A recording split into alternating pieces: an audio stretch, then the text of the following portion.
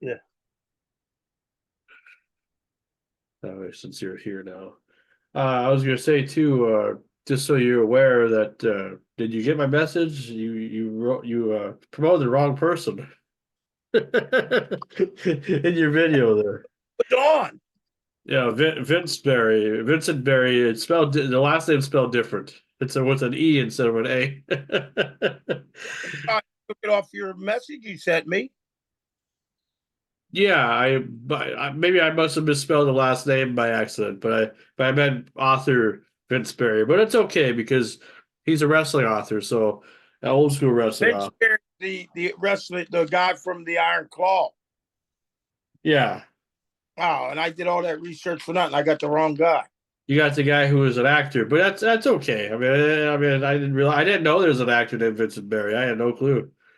And I I knew, looked up. man, you got Don Stroud right. That was fine. Yeah. Yeah, but when I looked up the Iron Claw today, it didn't mention nothing about him.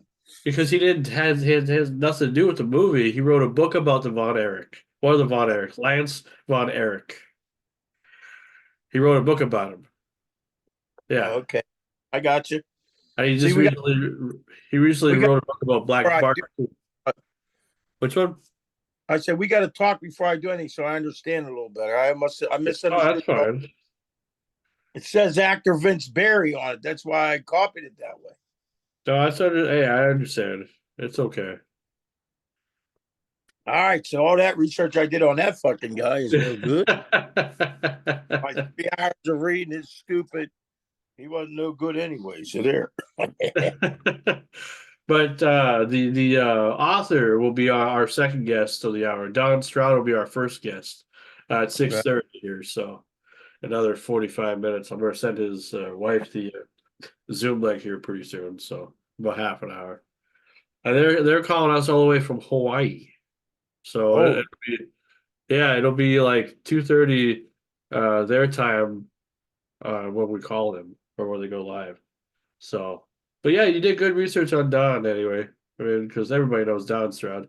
I actually interviewed him back in 2006, December of 2006, when I first started doing interviews. And I didn't know this is back in the MySpace days. I don't know if you remember MySpace at all, but yeah. yeah, yeah. And this is back. That's kind of what kind of helped me find some of these people back in the day. But I didn't know what the hell I was doing when it came to doing interviews and stuff. Well, we should. I should probably call Johnny. I hope he's all right. I haven't, like I said, I haven't checked on him. I Yeah, usually call he got a times a hold of me week. earlier on, but I haven't heard from him lately at all. Gave me And the Mama T, uh, I don't think she's gonna make it tonight again because she don't have a phone, and they expect me to go pick her up, and I'm just like, it's snowing right now, and it's not the best type of road conditions to drive on. I mean, the roads are probably fine, but I don't want to drive. And they were shitty last night when I was driving on the way back home. And it's only a 10-minute drive, but it's just like then I got to drive her back and everything, and it's like. She has a vehicle. I don't know what's going on with her vehicle. They just have no money. They have no money. They don't know how to budget money at all. I have Because a bar. No, well, it's not just about the bar business. I know the people. I know exactly, you know. So it's all good though. But whatever. It is. And they're dealing with what they were dealing with the bar issue and everything. And I don't know. bar no fun if you ain't doing it right. Well, I, they're doing. I'm pretty sure they're doing it right. It's just that they're nobody want. This it's just slow during the week, and especially in the wintertime, it sucks around there. we Summertime were always is something different. during the week, but I made my money Friday, Saturday, and Sunday. Sure, and that's kind of how they did too. But right now, they haven't been able to be open normal hours because they don't have a liquor license. Or maybe that's changed now as of this taping. I don't know, but License. they got to have a liquor license so they can sell alcohol. That's the only way people go in there. People just don't go in there for the food or the entertainment. They want to drink. They want to get fucked up. They not have a liquor license. You don't Because have a liquor license. they were supposed to renew it earlier this year or last year. It was supposed to be done, I guess, so that they were already ready for the new year. But the city's been kind of uh, crazy, I guess we'll say about it. Uh, They can't really hold you. If you have an existing liquor license, they can't do that to you. She should ask my brother. My brother goes through that shit all the fucking time. Yeah. His place has a nuisance bar. Oh, I'm sure. I won't say that with my brother here, but he thinks it's the greatest bar in the world. But believe me, that bar's tough. He said that he said that you don't like to go over there much at all. Nope, won't go over there. If I go over there, I'm going to have an M16 and a fucking pistol. Just not a safe place. Just not a safe place to go. Huh? I shut up the building a couple months ago, the front of the building, I guess. Oh, jeez. His son already quit. His son was running it. Oh, It's horrible. They tried everything to change it, but you just can't. You're not going to change it. oh. Hey, Sean, can you hear me? Yeah, I can hear you. Boy, you look good too. Good Oh, quality. thank God. I got to head out to my VFW Legion meeting, so I just want to make sure this all works and all that. Okay. And, so I got to head out, but I'll catch you next weekend, all right? All right. Well, we'll talk to you. We'll talk to you then. Okay, well, I'm glad I got it all set up and all that. So, does it Yeah. look Yeah. okay? I told you it was easy. I told you it was easy. Yeah. Does Easy it as look pie. okay just being on? Does it look okay Yeah. just being on the phone then, or not? Yeah. Yeah. You probably Okay. don't even need internet. Like an actual separate computer if you're going to use your phone the whole time. Your phone's. Is it kind of dark? Does it look kind of dark? I mean, I can always turn the light up next week and all that. So. No, you're fine. Lighting's perfect. Okay. Okay. Well, I got to get to this meeting. The old VFW guys are going to kill me. All right. All right. We'll talk to you later. All right. We'll see you next week. All right. Okay. Who do you have coming on this week? Don STROUD or what? Down STROUD. This is my friend Anthony. Just so you know, this is my friend Greg from Minnesota. Just so you're wondering.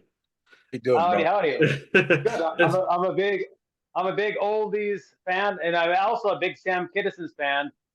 Before I go, when Sam Kinnison did the gay cyborg bit, I laughed my ass off. I think that's from his From Hell album. Okay, but I got to go, brothers. All right.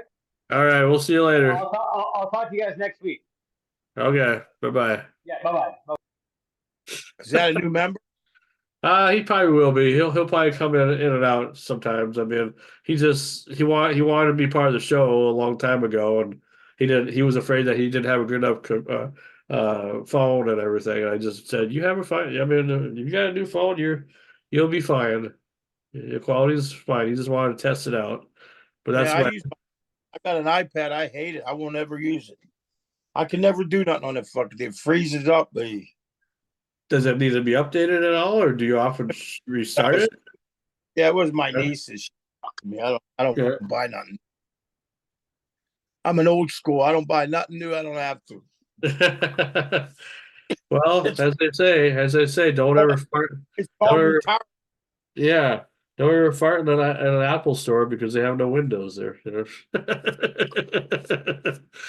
Good joke anyway. That's for sure. Let's see. All right, well, now let's see if anybody else will show up now. That was quite unexpected. Okay, well, it looks like Sam's trying to log in now. Looks like I see him coming in here now. I got this friggin' cold for 2 months now. I can't get rid of it. Sure. I'll have it over now. Yeah. There's Sammy. How's it going there? Wow, look who it is. Is that my brother? Hi, brother. What's up? He got here. Mad Dog got here before you did. I felt, I don't know. My phones weren't on me. Oh, okay. That's fine. I'm looking. I'm like, I thought it was gonna be early because I did my walk around half hour ago. I thought I'd be early, and then I'm looking like, holy fuck, I'm gonna be late. You look good. Hey, you look good. Your face looks so much thinner. Thank you. Well, Yeah. You got a vagina on your neck, but that's all right. See that? I got that too. But listen, you got to grow your beard down further so you can't see it. That's That's right. what I'm doing. That's an ancient Chinese secret there, I guess. My belly button looks like a vagina. Well, make If sure I'm that you sitting don't. in shorts and no shirt on and I'm sitting on a chair, it's real low. My belly hangs down and my belly button looks like my fucking vagina. Dude, Jesus. how could you even tell people that? Well, my skin's hanging down. Yeah, but still. I'm getting surgery in a couple months. You gonna send me a thing to post this on Facebook too? Yep, I'm doing that right now here. I just was Yeah. just waiting a little bit for see who else is showing up. I sent it to everybody, so hopefully everybody will show up at the right time. But I know John Roberts said he was gonna be late. Eric hasn't gotten home yet at all, so hopefully he got the right time because it's never been 7 o'clock. It's always been 6 o'clock. I don't know where you got that idea. Pittsburgh time. It's 7 here. Yes, but 6 o'clock Central Time. So it's always been the same time. We'll just say, it's never been different. I'm going to say it's 6 o'clock Minnesota time. Let's see here. You're probably better off if everyone might listen. Well, I don't have no friends that are out of the city of Pittsburgh. Yeah, me either. That's why I say 7 o'clock Pittsburgh time. I'll just say 7 Eastern. 7 Eastern and 6 Central. I don't know that. I didn't know that till like a couple of weeks ago. No, I'm only kidding. Okay, I'm gonna send the link out here, then I'll share I'm it with gonna say 6 you. o'clock over there and 7 o'clock over here. Yeah, 6 o'clock, 6 bells or 6 bells at midnight or all right, let's get everything all right here. Working. All right, got it live now on the thing here. All right, now I'll send the link out to you, to both of you guys, so you can share it if you want to. Let's see. Right? Huh? That means I got to get off of Zoom to do that, or can I do that on No, Zoom? you can do it while you're on Zoom. It's fine. I'll send it right Yeah, here. but Tony, you don't have to do because I could do it and it'll cover you and me. It's if All you right. want, if you want to tag anybody or whatever, it's up to you. Right, that's what I'm saying. That was a bit Do on your whatever. time. Do whatever you Don't want. worry about it. That I have. I normally just copy and paste, and then I just send it to whoever. And, That's what I do. yeah, it'll be fine. It'll be fine. Okay, all right. Well, we'll get the ball rolling, and anybody that shows up here will just be late, I guess. And Mama T won't be making it again. She don't have a phone, and they expect me to pick her up and everything. It's like, I expect a little gas money, when I come pick you up and stuff. I mean, yeah, it's only a 10-minute drive, but it's like it's snowing outside, and it's like I don't want to. I drove in shitty weather last night on the way home from work. It's like I'm willing to do it, but don't make it seem like it's supposed to be my job to do Right. it. Right. Remember, this is a show that I created, and I invited you to be a part of it, making sure that you had the right equipment. If you don't have the right equipment and you can't make it, I'm not going to fire you and tell you that you're horrible and everything, and then never want to speak to you ever again. When you're ready to come back, you'll be ready to come back. Sean, you look so much better. Aw, so do you.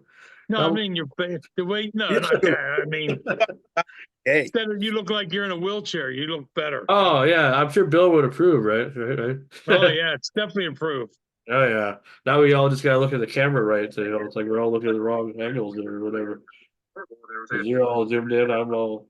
Well, anyway. Hey, what's up, everybody? It's Frankie Slauson, and welcome to episode number 3 of season 2 of Renegade Radio. And it's another great Monday night here.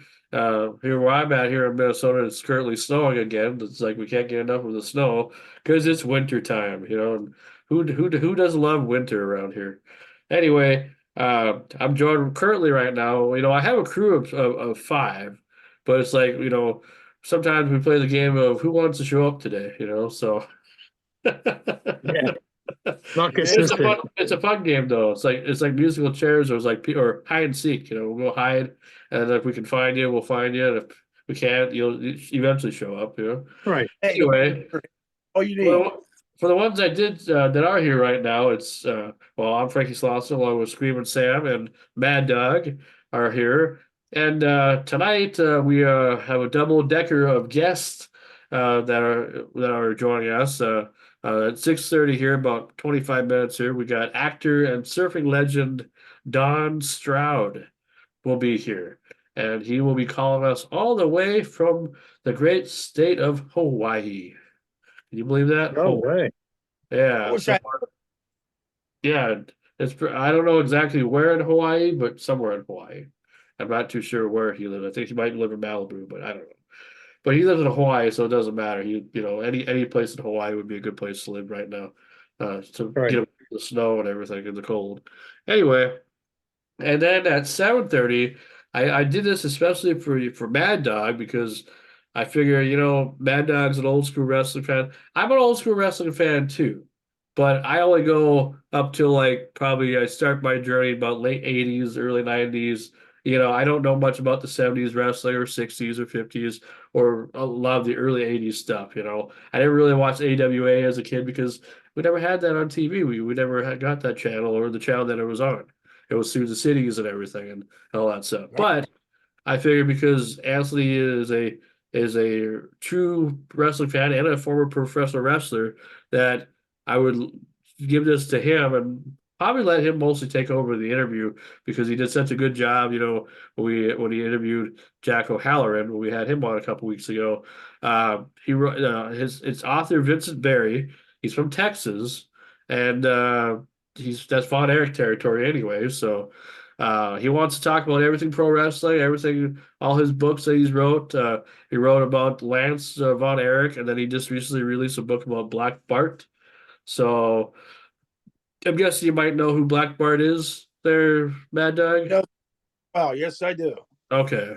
Perfect. I forget who his tag team partner was when they were. I think it was it Blackjack Mulligan, maybe, or Oh, it was Blackjack Mulligan, Black Bart. Yeah, but see, where I came from, we got to watch the WWF, which was the old studio wrestling days.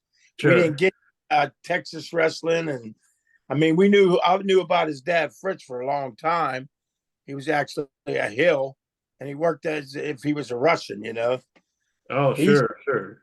Yeah, he started out in Japan, and then he got Japan, and then came back and he started Texas wrestling. Yeah.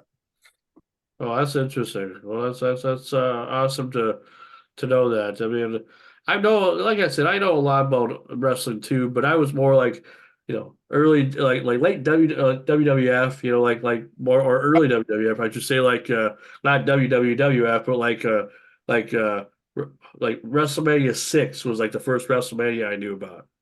Sean, Obviously I know about them all now, but yeah. you know them all, but like you said, you grew up watching the Shawn Michael era. Yeah. Or the early like the rockers and all that stuff and like Marty Jannetty and uh-huh. British Bulldogs and When what was it? Gorilla Monsoon and Bobby Heenan were doing the commentary. Those are kind of the days when I started watching. Oh, it looks like Antique Man's making his way in here now. That's good. Antique Man will like our second guest for the hour because he's in Texas as well. So yeah, right. anyway, so well, I have an announcement about next week's guest. Now, next week's guest is Dick Warlock. And what's up there, Antique Man? How you doing? Hey, greetings, Hey, everybody. finally made it. 2 weeks later. Hey. Woo-hoo. Happy Monday. Hey, Happy Monday. well, we're happy to have you. Regardless, we're happy to have you. I could roast you like a potato and stuff, but I'm not going to do that. So just happy. Well, that doesn't sound very sincere. Well, if you overcook a potato, then you won't eat it. So it's like it'll be too. Anyway, so I was gonna say for next week's guest, it's still Dick Warlock, and it's only the guests that we have booked for the episode. But however, he has requested. Well, this is all through Lance. If you remember Lance Warlock from back in October, that was probably our longest episode because it was over 2.5 hours long that we did. Even though we tried to do a 2-hour time frame or whatever, we went over that time. But that's okay. It worked out. Well, Lance's dad is up there in age. He's probably like almost close to his 80s now by now. Okay. And he has requested that he only wants myself, him, his son, and a co-host of my choosing to do the show next week. So anybody that doesn't want to be a part of it doesn't have to be, and you'll just get a break for next week.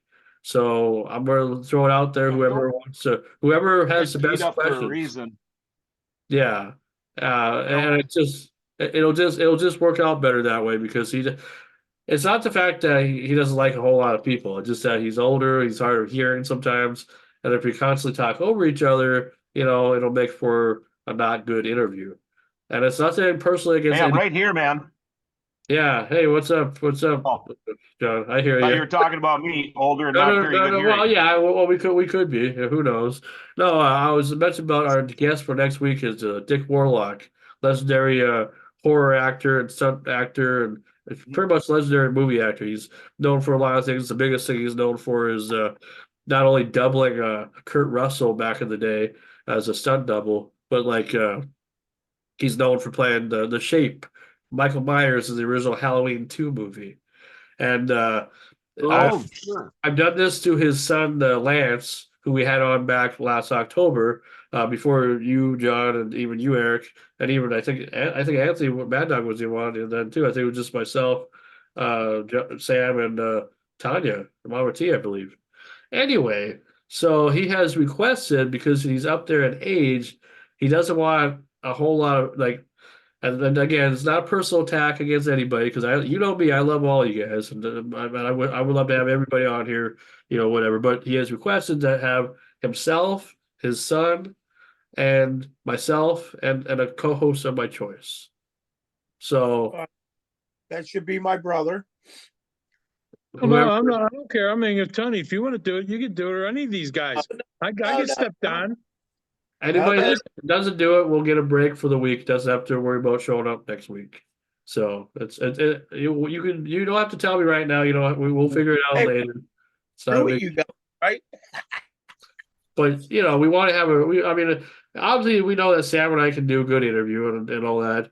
But if somebody feels that they can do better, let me know. Yeah, I might even suggest Mama T just because she hasn't been on here for the last couple weeks, and because she does her research and as well, just like Anthony does and everything, and so I'm just saying. And she's good looking. Yeah, well, yeah, she has boobs and everything. Yeah. That has nothing to do with it. She has a good personality. That's what we care about. We don't care about what she looks like. Talking about you. Anyway, guys, so yeah, good to see you, John. Here's why I'm late.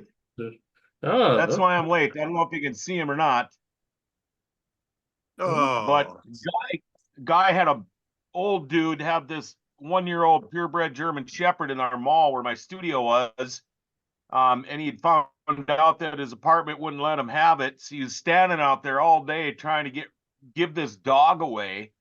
And then I found out about it, and the mall was ready to call the pound on him and get rid of the dog. And so I ended up getting him, long story short, and finally just had somebody from Thief River come and pick it up. So they ended up getting him, and now everybody's happy. So yeah, hate to see that happen to a good dog, Messing with dogs, dude. I love dogs. Yep. And I already have 2. And my neighbors have 2, and my other neighbors have 4. So yeah, we don't need another one here, but I think he's at a good home now. They already have 1 shepherd. Right? Hey, I just want to Ian Thorpe. Yeah, He's looking forward to seeing the Iron Claw. Dan O'Keefe. Hey, what's up, guys? What's cracking? Cody. Good evening, guys. Hi, Sean. Hello. And glad to hear the dog went to a good home. Okay, we're caught up. Okay. Hey, I guess you need a lot of dogs out your way in case it snows too much. You can get on your little sled and go get meat and shit, right? Yeah, there you go. You can be like Alaska. You can be like you're in Alaska or whatever, like you're a snow dog or something. Yeah. Oh, they keep the coyotes at bay. Keep all the coyotes and the critters at bay. I'm funny. I live in the city. I got more deer and coyotes than some of the people live in country, and that's no lie. The other day I come out of Kogo's, there's 2 buck standing in the middle of the parking lot, right in the middle of Mount Washington, and it's how busy is it, John? 500 cars a minute going through there. Yep. I'm like, what? Good. Yeah. I sit in the woods for 13 hours freezing my ass off and $2 walk through my parking lot. Yeah, it's the same way here. Yeah, I mean that's something, you know. It's like what do I say? You said you had like a little corgi, so I can only imagine the corgi itself, you know, would be, you know, too small to pull a sled or anything like that. Yeah, but the thing is that corgi is fearless because they're a cattle herding dog, and he wanted a piece of this huge German Shepherd that's been here all day. My big Labradoodle didn't really give two rat's asses about it, but that corgi, he wanted a piece of him. He's like, "What are you doing in my house?" You know, Ain't that he go down in, will not back down. Wow. yeah, they dogs are known to go down like in a hole stuff and pull out, you know, different animals. That weren't they raised for that at one time? Well, they're raised to herd cattle. That's why they don't have a tail, because so cows wouldn't step on their tail. They started to, I don't know if they evolved into that, but that's why they're so short and have such stocky, thick legs, so they can run around with cows. I had one before, and that dog, when our nieces and nephews or whatever would be here with all the kids, that dog would spend the whole time trying to round up kids, trying to keep them in a group. Now, this one we have now is different. He doesn't give a shit. He just, go ahead. Yeah. Oh, that's something. This one's a little That's different. cool then. That's cool then because Yeah. I don't know. I've never had a corgi before. My parents have a Jack Russell, and he's like, you know, always full of energy, but he's like 13 years old now. It's like, but he's still every time I come over to the house, you know, he's always excited, running back and forth, you know, until somebody tells him to just knock it off and whatever. And it's Oh yeah. Yeah, This they're hyper, man. this corgi will fetch a ball 24 hours a day or until he dies. If you would, he would just fetch all day and night long. Even when you're sleeping, you just like just throw at the ball while you're He sleeping. would. Yep. And then he tries to bring this big ball in the house all the time, and you have to tell him you got to leave it outside. And drops it and looks at you like, "Thanks, buddy." Oh well. Well, he'd wave his tail and enjoy if he had one. So, He wiggles his whole ass. oh, there you go. It's kind of funny. Don't have a tail either. Yeah, that's funny. That's funny. Anyway, yeah. So, how'd you like some of this weather now that it's starting to get a little bit better than it was last week? At least around here, anyway. I mean, warmer anyway, but we still like it's Yeah. snowing right now. Next week, Yeah, 20 above, but Thursday. we probably got a couple inches of snow. Oh, okay, okay. this week we're -2, and Thursday we're going to be 60. Jeez, I It's think it's crazy. It is. One day it's raining, the next day it's snowing, and the next day you can go out in your underwear and suntan. Is that what you do? Do you have pictures? No, of no, my underwear so I can cover my Volkswagen. Can make a flag out of it, right? You know, say this is my house right here. That's where I live. Yeah, that's the German flag with the bronze stripe in the middle, whatever. Yeah, that's right. That's right. So, Eric, I was going to say the second hour guest that we have is actually from Texas or lives in Texas as well. His name is Vincent Barry, and he did a book about the Von Erichs or Lance Von Erich, which I guess was not Von Erich, I guess, but we'll find out more about that here when we have him. So I don't know if he's like in Dallas or whatnot, but I believe he is anyway. What's his last name? His last name is Barry, Berry. Got it. Hey, Thank I thought that movie was based on Kevin Von Erich. Well, the movie is, but not him. Oh, This is a book. that's the book. Yeah, I Yeah. can't find. I'm looking on. And it looks like our guest has arrived a little bit early. Hey, hi Terry, how's it going? We can't hear your audio yet at all. You gotta mute your. I don't remember. Oh, here we go. Maybe I don't I remember hear you. Now. Don. Is it I on don't now? remember Don. Yeah, looking it's on. like that. We got. No, this is Yeah. his wife. Yeah. This is Terry. He must be like me. He needs his wife to turn the computer on because I can't figure it out. That's very true. I'm the tech one.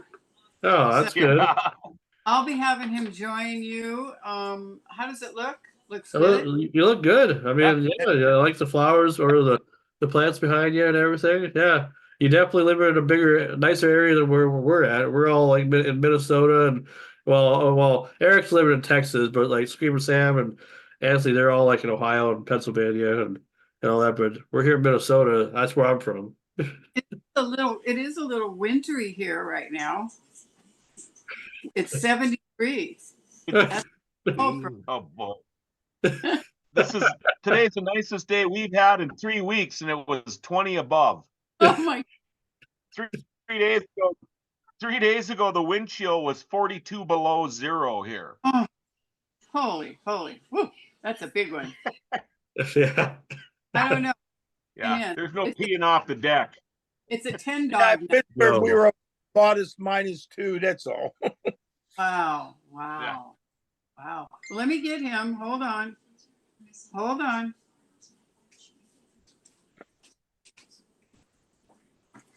Jesus.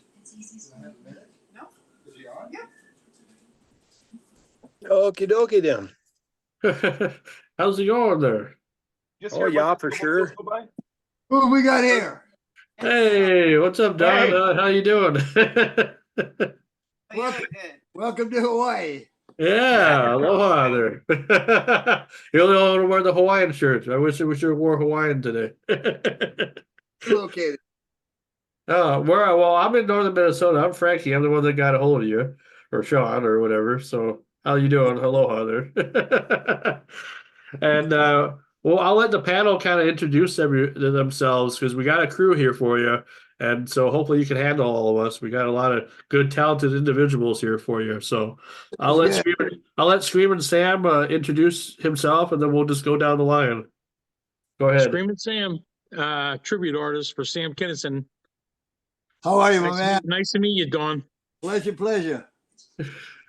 All right, John.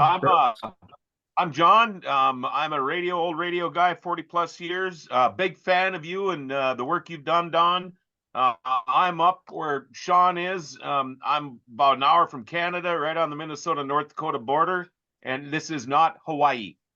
All right. It's a little cool up there today, huh? The nicest day we've had in 3 weeks, and it's 20 above. So that is nice.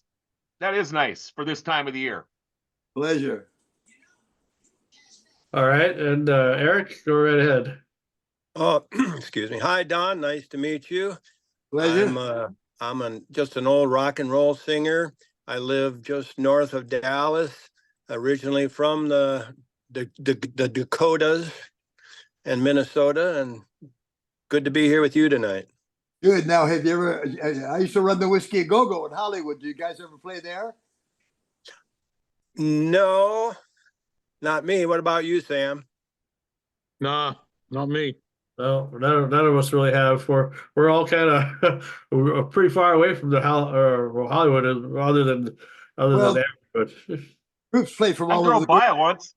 Lee, Buffalo Springfield, Janis Joplin, and the crew really played there. A rock and roll place. Oh yeah. That's where a lot of the big bands today got their start at the Go-Go, the Whiskey a Go-Go. I've done a lot of research on it. I drove by it one time when I lived out in California. It would have been a great place to be 20 years ago, man. Yes. I know. Little girls with flowers in their hair, and everybody wants Yep. rock and roll. Okay, you know. 40 years ago would have been a great place. Or 60 years ago. Back in the days of Johnny Rivers and stuff, because he made that place famous too. Hey, Johnny Rivers. Don't get me going on Johnny Rivers, man. The Doors and Birds and some really top. The Doors. Yeah. Buffalo Springfield, those great teams. I'm Mad Dog. Introduce yourself. Hello, Dawn. I'm Mad Dog. Hello, brother. Pittsburgh. I am an ex-professional wrestler. I just made it to the Pro Wrestling Hall of Fame with Bruno Sammartino and them guys. Okay. And my profession was I was a guy. I was the last guy to let you down. I was in the burial business and knife collector. Now, did you know Lord about this one? Did you know Lord Blears? No, I did not. Yeah, see, when I was in Hawaii working on the beach, all the wrestlers that came to Hawaii, they all came. With Torch, Togo, you name, all the great wrestlers came, and they hung out at the beach. And the roller derby grooves, they came down too. So it was great times in those days. Yeah. Yeah, that would have been fun, man. Did you know the Crusher? Oh, I do. Oh yeah. Oh yeah. Yeah. I got to hang and meet with a lot of those guys back in the day. Yeah, well, Minnesota is known for the AWA and all types of wrestlers that have come from our great states. I mean, even currently we have a lot of up and coming young wrestlers that are wrestling all over. Be it from the independents and big time wrestling. So, yeah, it's pretty exciting anyway. Well, Don, we're honored to have you on.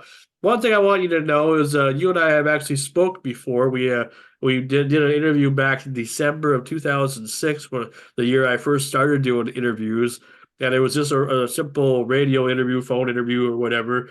But I remember those days. I think I still have it on my YouTube channel as far as all those old audio interviews go.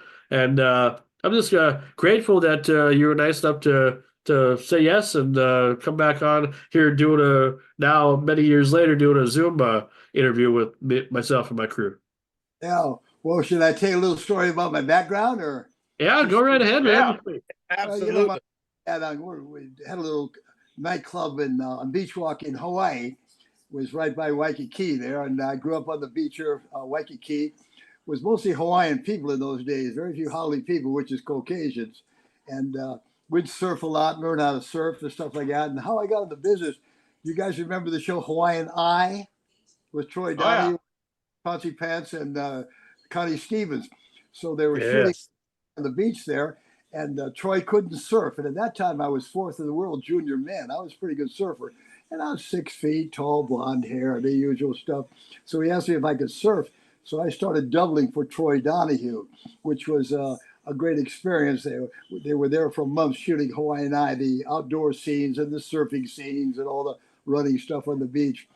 So I became a stand-in, and I doubled for Troy Donahue. It was wonderful, wonderful days. And they said, I could see how much I like the camera and being around the action. I just love the whole thing. I mean, I've never studied or anything like that, but they said maybe you should come to Hollywood and give it a shot. I mean, that's the oldest line in the world for anybody that wants to go to Hollywood. Come and we'll give you a shot. And like I say, I started working at the Whiskey a Go-Go at that time. It was rock and roll. It was wonderful days. I mean, it was just good days. A lot of things, a lot of LSD, a lot of days in those days, and smoking, and there was a lot of things happening. And down the line, they all came my way too.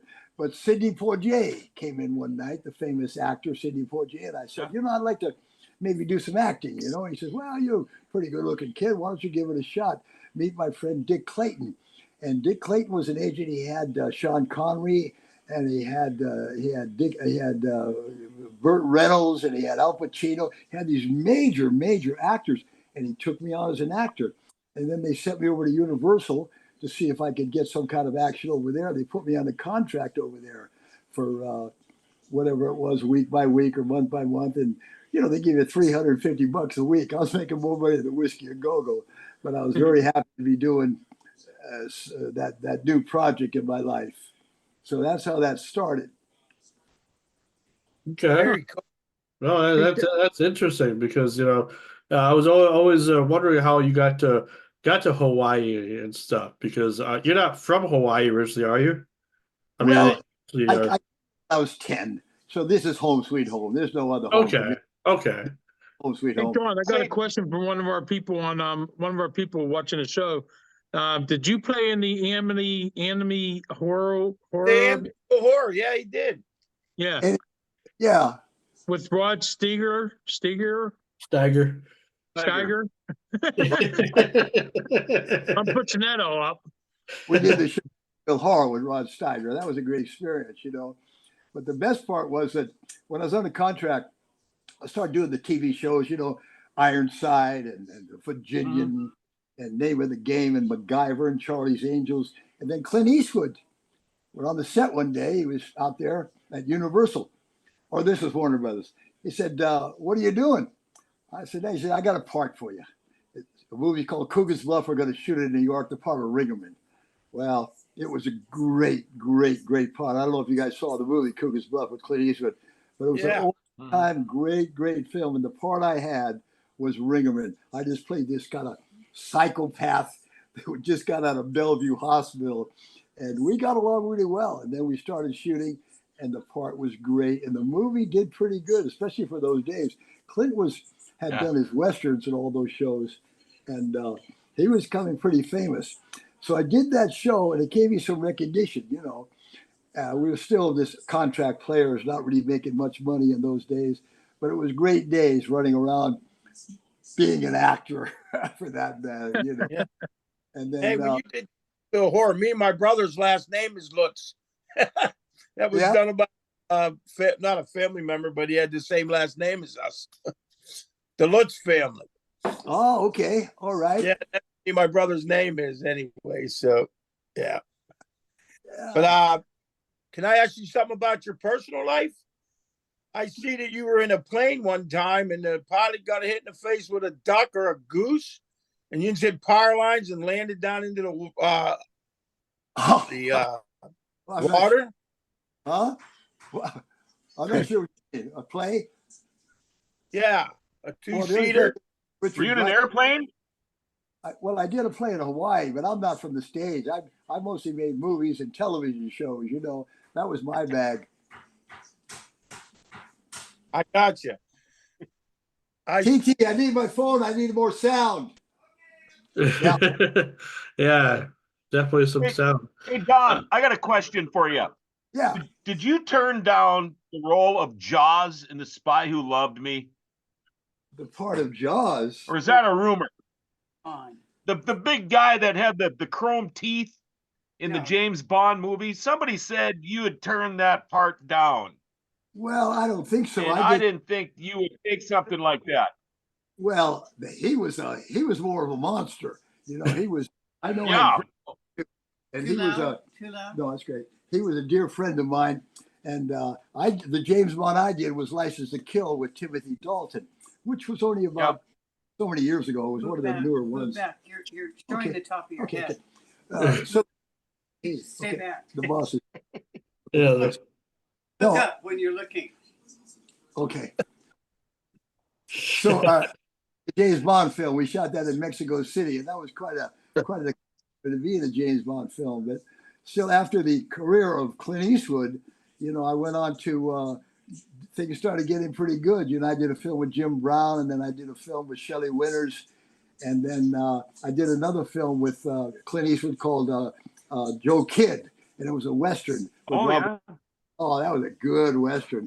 And things started getting around. Then I did Django Unchained with Quentin Tarantino was one of my last parts.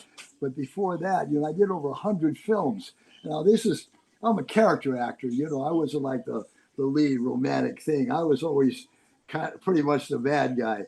But it was work all the time. I never stopped working. It was great days.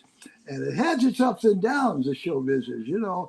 Because when we started in Hollywood, the party scene was very heavy. It was very heavy. And, you know, those days, a lot of drinking and there was a lot of cocaine and stuff like that around. You had to pay attention to where you're going. And the more I went on, I got deeper and deeper into that cocaine. And I loved it. I just loved it. You know, we drink at night, it's cocaine. And then it wore off after a while. And then cocaine brought me to my knees, you know. This went on for years and years and years. I started working loaded, but I was playing those kind of parts, and I got away with it. I was playing these crazy kind of psycho people that could be on cocaine or drunk all the time. So if I was doing a scene when I was drunk, I'd just go get drunk. It was that simple to do shows like that, you know. But it was great. And then the cocaine started, and the word got around, and it was very, very bad for me. It was very tough times, and you know, stopped working, and I was hanging around with a very weird crowd, a crowd that was strictly, I ended up in some very strange places with some very strange people, and kind of what I was doing there, playing movie star or whatever game we were playing at that time, you know. And I knew at that time I wasn't what you'd call I was a working actor, which is one of the greatest things. I worked all the time. You know, I wasn't what quote big star. We were making a little money then. Went over to MGM and did some films. Then we started doing films at Paramount. But it came down where the studio put it to me right out front because I was loaded at work.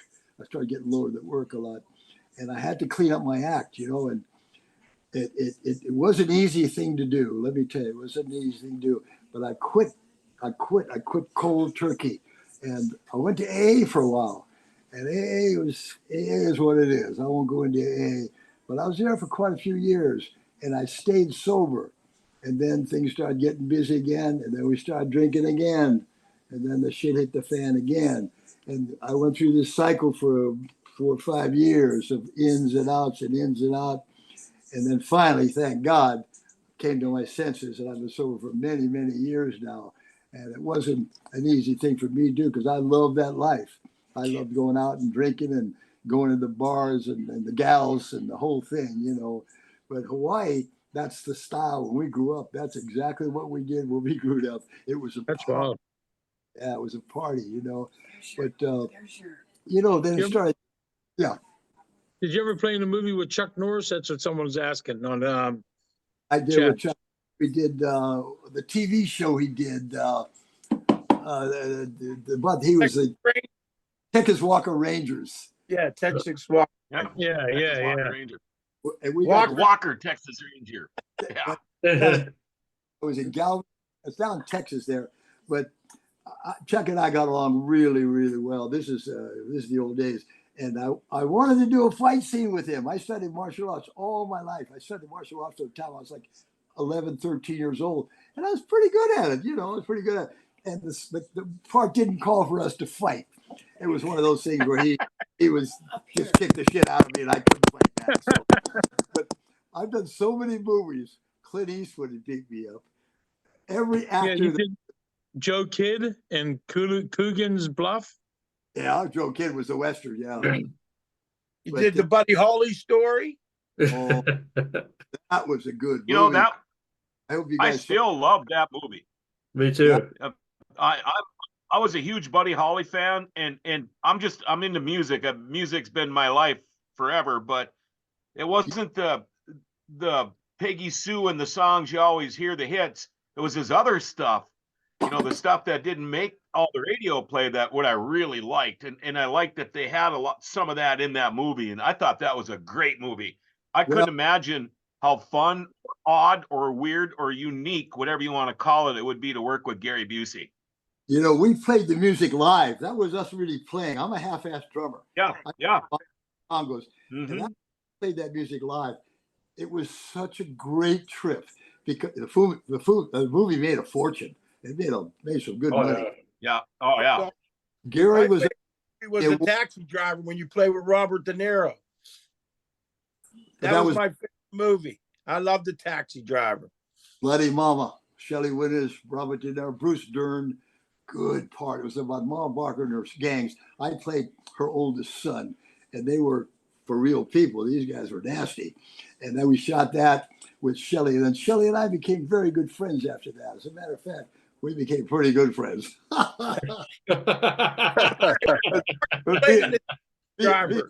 Me and Bobby got along so good. I still keep in touch with Bobby.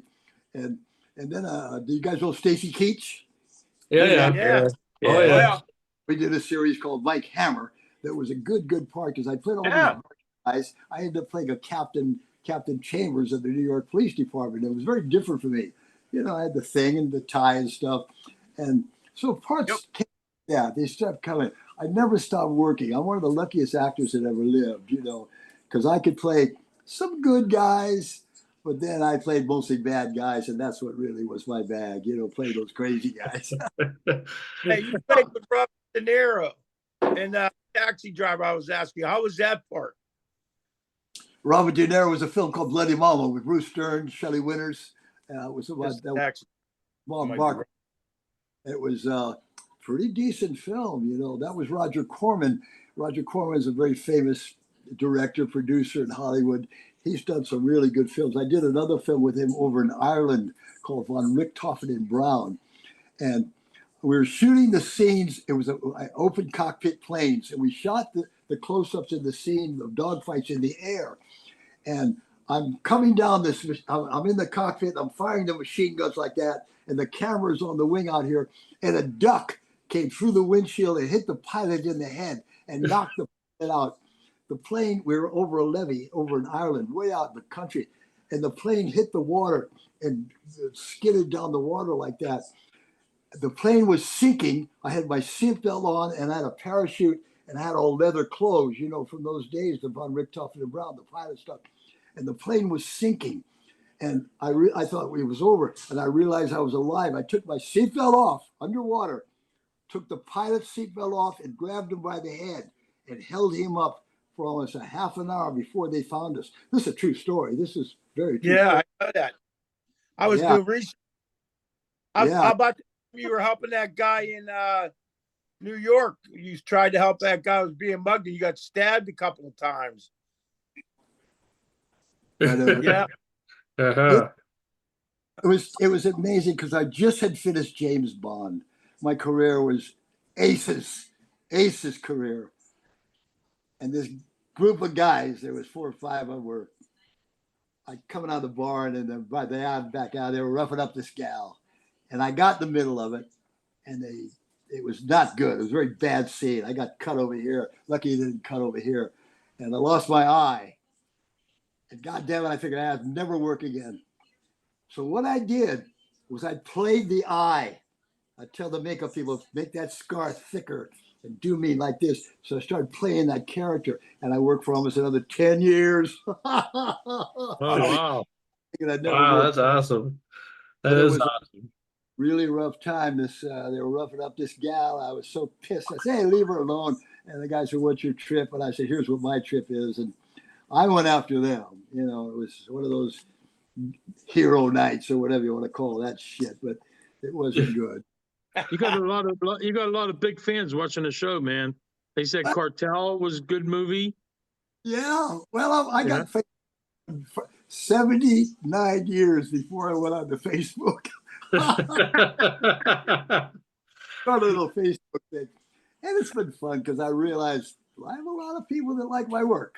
Well, yeah. Well, the first time I found you was through MySpace, when you had a MySpace page many years ago. So, yeah. Yes. So I finally got on the thing, and it's fun keeping in touch with people and put my movie pictures up there, and thought you'd put a couple of those. We talk about those, but through the years it was that, and many other stories. You know, many stories of the beach. The beach was wonderful times. There was blackout and mud and steamboat. These huge, really tough ass, more like Hell's Angel kind of beach boys, and it was a very tight organization. And they let me in, you know, and I learned a lot of stuff. And it was, I think that's what made my career, and especially the parts I play. It was kind of a rough upbringing. You had to kind of be able to fight and all that kind of stuff when we were kids. You know, it was Hawaiian style. And I lived that life. Like when I went to school, I was the only white kid in school. So that could be a little rough. And I saved my ass because I could play the bongos. Oh, he's the bongo player, leave him alone. So it was a great time to be able to get out of that kind of stuff. But it was, I went to school. Yeah. Was that like, okay, because, you know, of course we talked about the Buddy Holly story, which is, you know, a great movie, and you know, there should be a Blu-ray of it or a 4K, you know, because they just put La Bamba on a special edition Criterion Collection Blu-ray not too long ago. But when you what was I going to say, when you enlisted yourself to be in that movie, did you have to what's that word that they say, like when before you get the job, like did you have to, like you guys help me out, you know what I'm talking about? Audition, yeah. Did you have to audition like for the role, or did other people oh yeah, did other people audition for the role too that you were playing for, or was it easy for you to get in? In the beginning, everybody had to audition. Everybody, I don't care who you were. You had to go in and read. And I was very good at it. I don't know why, but I was very good at it. And I got most of my stuff. I did over 200 television shows and 100 films. And I look back on that now. I'm 80 years old, and I go, that's incredible. You know, I didn't become what you call a star. I became a good character actor, Sure. and it was really nice that way. Well, yeah, I Well, mean, I understand that. I mean, you know, it takes time to become a success. You don't just get it overnight. Like nowadays, it seems like somebody can do like a hit movie and all of a sudden they're a star just like that. But back in the day, you had to put in the work, you know, and some people still have to put in the work. one hit record puts her out there too. Yeah, but you know what, Don? Here's the difference, though. One hit record or one big movie, yeah, you're a so-called star Well, until everybody forgets about it. You talk about the 80s and what it was like. I went through the same thing in radio, even up here in an hour from Canada, man. The drugs, the alcohol, the boozing, except we were doing snow while we were riding on snow because we were always on snowmobiles and stuff in the winter. But with the work you have, everybody knows who you are. In my opinion, I mean, Don Stroud, that's the same cred as frickin' Patrick Swayze. I mean, guys our age, we all know who you are. Yep. you talk about Canada. I love Canada. I Villain. did about 5 films in Canada. I did a film with Brenda Vaccaro. She was a pretty good actress. And I did another 4 films up there. I love Canada. It's a good thing. And I was in your neck of the neighborhood in St. Paul. I was in St. Paul. Is that around? Yeah, I was in St. Paul. that's about 6 hours Closer from to us. Canada than St. Yeah. Paul. Yeah, So we're closer to Canada. I used to do tours, of all the states. And one time I went to like 21 states in 34 days. And let me tell you, that was a lot. You get off the plane and you wasn't sure what state you were in. You're on the radio saying, nice here in Oklahoma. And you're in Tennessee. Wait a minute. Don, everybody likes the villain, Don. I played the villain when I wrestled. But see, Everybody likes a villain. my good friend Bob Conrad, I did a couple of movies with him, worked this. He says, when you're on those tours, if you're in Chicago and they ask you about the Chicago Bears, you tell, oh, that's the team I like. Don't tell them you like Minnesota at that time because you want to have the people know you're Bears. It's, it's a part of the game of doing those shows, Oh, yeah. True football people like Minnesota. Well, It's Steelers. Minnesota let me down a few times this year. I bet. Hey, I get Let Pittsburgh me down all every week. year. They've been letting me down for 58 years. 74, I think it was. I took the other day. Yeah. They lost the game, but there was a 10-point spread. I'm sure you guys know what spreads are. So the Baltimore game, I won that. But I like 49ers. I think 49ers, and I gotta go. I bet Buffalo the other day. That was a tough one. Buffalo should have won that game. That guy missed a field goal. I bet you didn't get a ride home. First time he's ever missed a game-winning field goal, too, I believe. But the Vikings did the same thing back in the day when Gary Anderson hadn't missed a field goal all year, and all we had to do was kick him. We would have won the Super Bowl that year because Atlanta ended up going, and they got their ass handed to them. I remember. Antique man. Yeah, these are Viking socks. They've never been worn, and I'll give them to you for a good price. $200. Okay, put them in the mail, and I'll send you back. All right. Well, okay, you're gonna come your end of it, though. Yeah, I see. Hey, Don, I'm going to send you a Steelers shirt. Oh, the Steelers, man! I bet that was a good game, but they had a lot of injuries. Yeah. All those teams, they're all had injuries. But who do you like between the 49ers and the Lions? I'm going with Detroit. Lions. Go Lions. Yep. Yeah, they should win. They gotta win. 3 points. First time ever in my life I've rooted for Detroit, but I'd like to see somebody from the NFC North win it. Yeah, well, I think Baltimore is the team to beat. They're tough. They're probably the best team. Yeah, I think so. They're the best team. It I will wish be Detroit still had their old quarterback though, because he was so dang good. Yeah, And he was on. It was like, back when they just such a bad team. It's like when they had, who was the running back Detroit had back in the day? Barry Sanders. Very Yeah. fast. He could have played another years if he wanted to, and they were so horrible, but he was so good. You felt bad for him. Then they move on to a different team, and then they get hurt. Yeah, that's what happens. That's the way A lot of injuries this year. A lot of injuries. Yeah, but back to the movie business. What anything? Where are we at? Where are we at in the story? We're talking a lot of different stories. I love talking stories. Well, we have about another 45 minutes before we have our next guest come in. So whatever you want to talk about, you got the floor. They're done. So. Well, it was mostly in the old days in Hollywood and running around with some people, the rock and roll groups and the whiskey and those days and making movies. And it was a great time in my life. I got to travel. I traveled out of Singapore and they do movies in the Philippines and all those places. And those were great times. There were a lot of good times. Some of those places are a little spooky. I really are. You got to watch yourself. You get loaded and stuff. You gotta pay attention to where you're going out drinking, because everybody wants to take you out and all that. But I traveled pretty much all over the world, and all good times. So far, so good. I love living in Hawaii now. I retired. Well, sort of retired. Then I did Magnum PI a couple of months ago, a Pearl Harbor survivor, and they couldn't find anybody that was 90 years old, so they fixed it the best they could. I mean, no kid anymore. And it was a good part, it was a good part. I played a survivor, and that was fun just to go back to work. And it's funny, after not working, Django was my last part. Did you guys see Django Unchained? Yep. Yeah, that was a pretty good, decent film. But I had Quentin Tarantino. I kind of had quit acting, and I was saying, and then phone call. He called me personally. Who's that? Who's that guy? Oh, you know Tim at all? He's an old friend of mine. Who is it? His name's Michael Strider. He's a rock and roll photographer. Oh, you know who that is? No rock and roll photographers, that's for sure. Good looking kid, man. Yeah, he wanted to come in and say hi to you real quick. That guy, me. But I don't know if his audio is your audio working at all, Mike?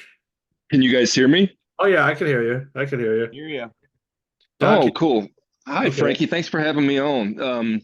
No problem. Don, it's nice to talk to you, Don. I actually spent a weekend with you and Gary Busey and Tim Culbertson and your wife in Ohio. Do you remember?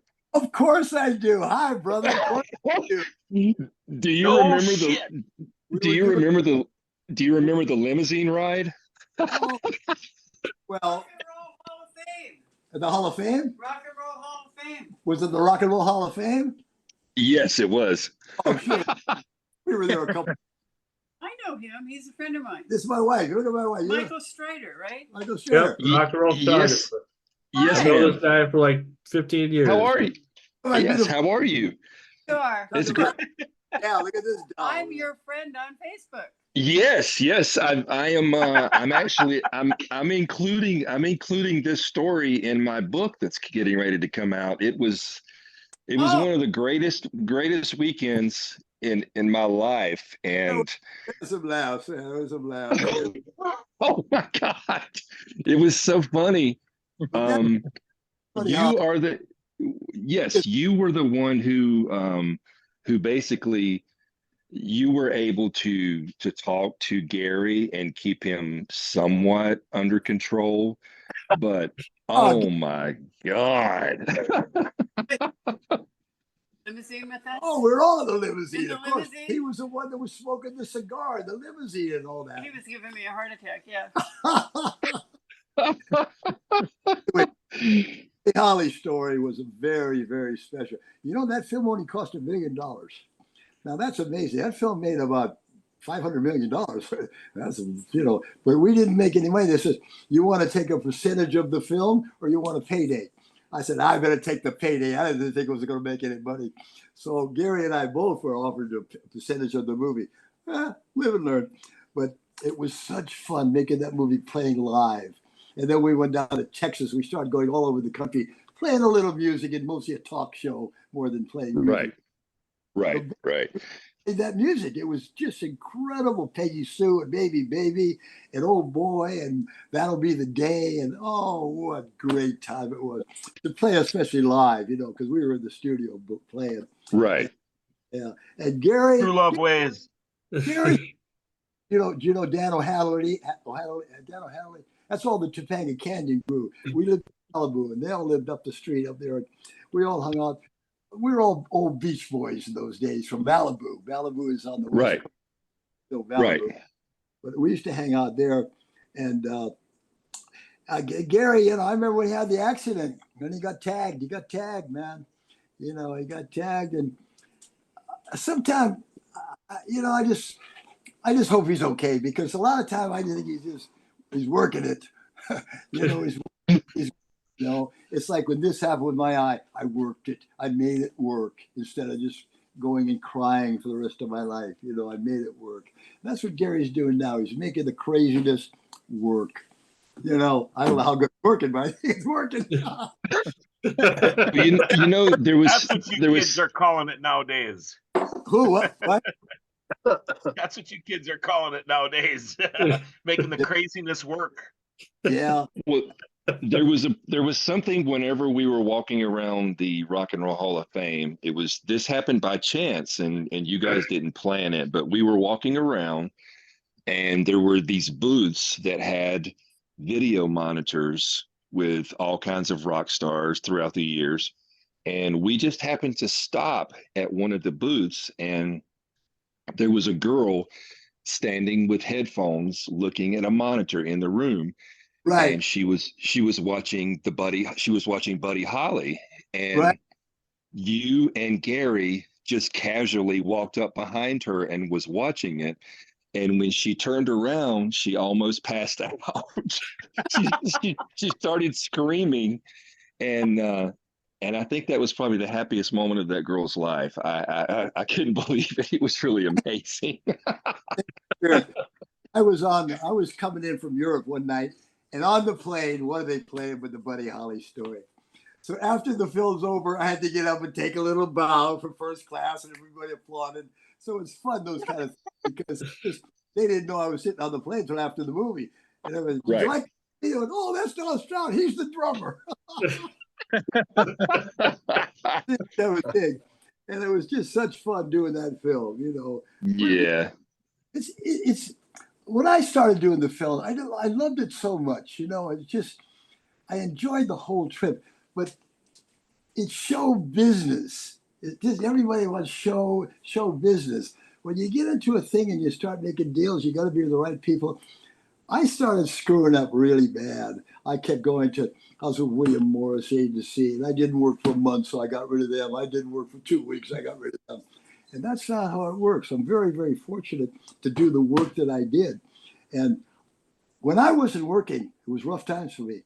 My life was different when I didn't work. It was not a good trip. So all that work I did and all the time that I worked was very good for me here, because otherwise it's so easy to get back with the old gang, if you know what I mean. And right. Hey, Hollywood was, you know, it was pretty tough sometimes. You know, it was pretty tough sometimes.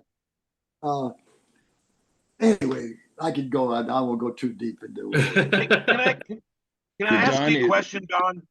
Yeah, sure. I want to know this, Don. You have had a remarkable, amazing career. You've been doing this for a long time. You talk about the history, how it went, the whiskey a go-go, the drugs, the alcohol, the girls, the partying. And now you're still here today to talk about this and reminisce about it and remember it. People ask me this all the time, because I've had some crazy stuff happen to me in my life too, and ask if I'd ever change my life if I could. If you could change it, would you? And my answer was always, yeah, I would have taken more pictures. So I'm wondering, because you've been the high, you've been the low, you've been everything in between. Right now, would you change anything if you could? Because you're here to tell us all about these crazy stories to this day. I live in this place in Hawaii that is like, I live in Hawaii Kai. I got the Ko'olau Mountains on the left. I got the Pacific Ocean on the right. Diamond Head's over here. So when I go, God damn it, I could have done this and I could have been better if I didn't drink so much and I didn't do that. And that's what Johnny Cash says. If you weren't loaded, you wouldn't have written those songs. It all came together. The violence, the booze, the thing, the broads, the thing. Then you come to a place and you go like, well, what have we accomplished? But now I feel I did great accomplishments, especially, see, people say, what's your best film and all that? Well, I did over about 90 films. And that's what I like, the work. I kept working and working and working. So, and a lot of times the directors, almost every director, I worked twice. Very rare that Clint Eastwood calls you back to do the second film and the third film. And Don Siegel and these really good directors that I did these other films with, they call you back. And that's the honor of being a solid actor. That's what I became. And I just love it. I never blew my lines. I knew how to do it. Even though I was drinking and partying, I was never late. You can't be late. You gotta really know your stuff out there.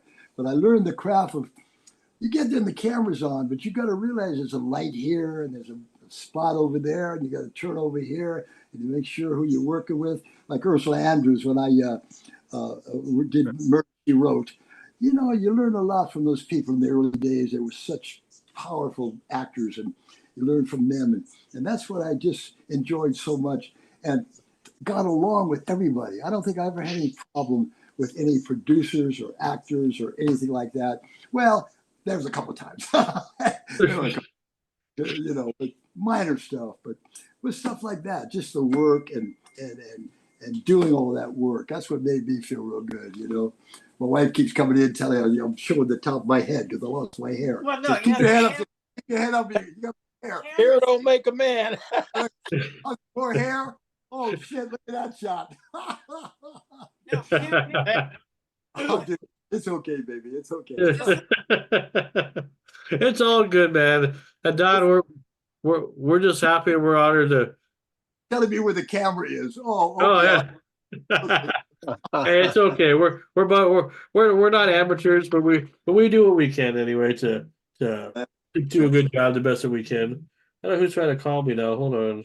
Hey, Don. Who's trying to call me? I don't have too many good sides either. I've been hit with too many cheers in my day, so I don't have a good side. Oh, no. Let Yet. me tell you how terrible young actor when you start losing your hair. Suicide. Yeah. You're going to commit Hair suicide. don't make a man. well, Don. I start putting the grease in my hair and ask the director, "Can I wear a cap for this one?" You know? Well, Don, hey, we appreciate having you on. We don't want to take up too much more of your time, but for anybody that wants to know more about you and your story, how can they find you? Well, I'm on Facebook now. Just ring into Facebook. Let me know they saw the show. We'll befriend you. And I'm just new with it, you know. But I'm showing all my clips on there through many days and films with the James Bond and Clint and Shelley and Robert De Niro, you know, and a lot of stuff like that. So that's about what it is. And like I said, I live in the Waikiki, and talk about happiness. It's nice. I just turned 80 years old.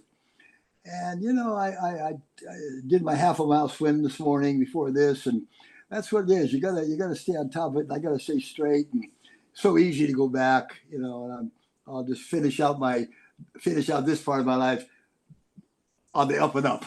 Yeah, there you go.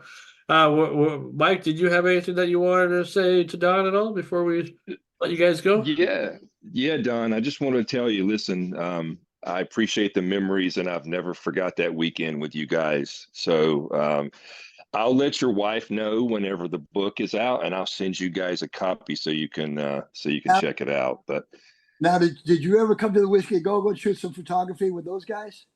I was at the Whiskey several times over the last 10 years, but I didn't get to go back unfortunately, I didn't get to go back in the early days. Yeah, 10 years I was gone. When I was there, the Doors were there, the Birds of the man.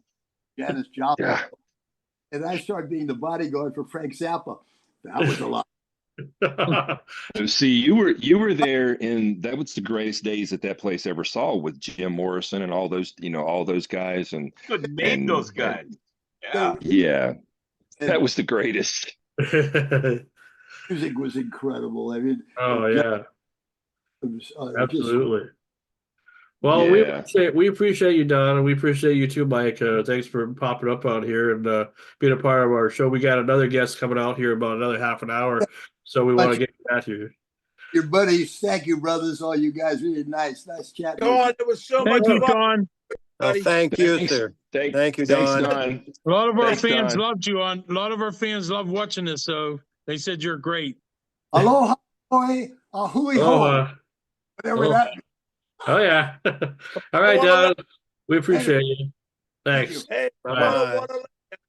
Aloha. That's funny. That's funny. Hey, I'm gonna friend you when I get off. Now you better look for Mad Dog. All right, I'll take you off here. I think I've got the wrong person there. And Eric. You want to Yeah. I think I accidentally removed Eric by accident. I was trying to do it with Don and Mike or whatever, but I think they moved the damn button. But if you can try to get in again, I didn't block him or nothing, so should be able to get in back. Well, what do you guys think about that? Don Stroud, the legendary Don Stroud, huh? Pretty cool, huh? He is legendary, for sure. Are we still live? Oh yeah. We got another guest coming up in about half an hour. Well, 25 minutes. Remember, when we have two guests, we try to go at least 2 hours. One guest was Right. like an hour and a half. But we have time to talk about anything else that we want to talk about. Go It was ahead. good. I could have asked him. I could have sat down with him for another half hour. Oh, I'm sure you could. Yeah. Yeah. He had yeah. Yeah, he told a lot of interesting stories, and I remember him telling like a lot of the stuff about alcohol and whatever, in the original interview I did back in 2006. But of course, that's an older interview, and the audio isn't that great because back in the day, when I would record audio and stuff, we didn't have the fastest internet, so the audio was pretty cheaply sounding, pretty bad. Now I do everything in high quality or 4K, like I'm doing some editing now, like some of our new episodes and stuff that we do. Well, even though it's not in 4K, I'm upgraded to 4K. So it looks a little bit better now because I upload the best of the first 6 episodes of like a little highlight reel of our little compilation that we did, or the first 6 episodes of the show. It was mostly just Sam and I, and then Mama T and Waterboy, and seems like so long ago since we had Waterboy on. But anyway, so I'll be uploading the last couple parts here within the next few weeks. I just want to separate everything and not have too much stuff out there all the time. Hey, John Roberts, I was going to tell him, hey, I don't snort cocaine. I just like the way it smelled. Hey, back in the day, I used to dump it in a Primatine Mist bottle with water. And we'd go to these clubs or bars, and I can't believe nobody questioned. There's like 5 of us at a table passing this bottle, this Primatine Mist, in going around the circle, and nobody said anything to us about it, But I hear where he's coming from exactly. Yeah, But well, that was I didn't realize he did all that stuff. I had no clue. I have no clue whatsoever. But anyway, so yeah, so that was Don Stroud. The next guy that we're going to be chatting with will be Vincent Barry here in about 20 minutes, and he's a wrestling author. He wrote a book about Lance Von Erich, who I guess was not originally a real Von Erich. So that's going to be interesting. Plus, he just did a book about the wrestler Black Bart. And Mad Dog, you know anything about Black Bart? Yeah, absolutely. Black Bart. I knew when he came, into my neck of the woods in the old studio wrestling days. Black Bart always had good matches with Bruno, and like I said, he had a tag team partner. And we're going to ask him if that was what was his name, Sean? Blackjack Mulligan. Black possibly. Yeah. I'm gonna know that when he comes on. Don't worry. We're gonna Yeah. get that. Yeah. I gotta bring it up on my iPad, and I gotta when I look up his book, I can't. Well, I have Hey, information. Sean, one question. Yeah. How do What's you up? get these people, dude? The fact that, well, see, for this one, I went to his wife because his wife and I have been friends on Facebook for a while. I don't think they remember me from many years ago because it's been a long time, and I don't expect everybody to remember, but some people do, surprisingly. And I just think that it's just when I make the proposal, and this is how I do it every time I do an interview request. I don't just talk, like sometimes we'll talk on the phone or whatever, but most of the time I'll write a nice little paragraph or whatever. Try to sound convincing anyway, and tell some stories about my crew, about you guys, that tell your backgrounds and everything, and that kind of helps, with everything, and I always say good things and stuff. So I don't just No, put myself over, I put everybody over. So I was wondering the same thing because in 40 years of the business, the people I've met is incredible. Between singers, rock stars, country stars, race car drivers, sports athletes.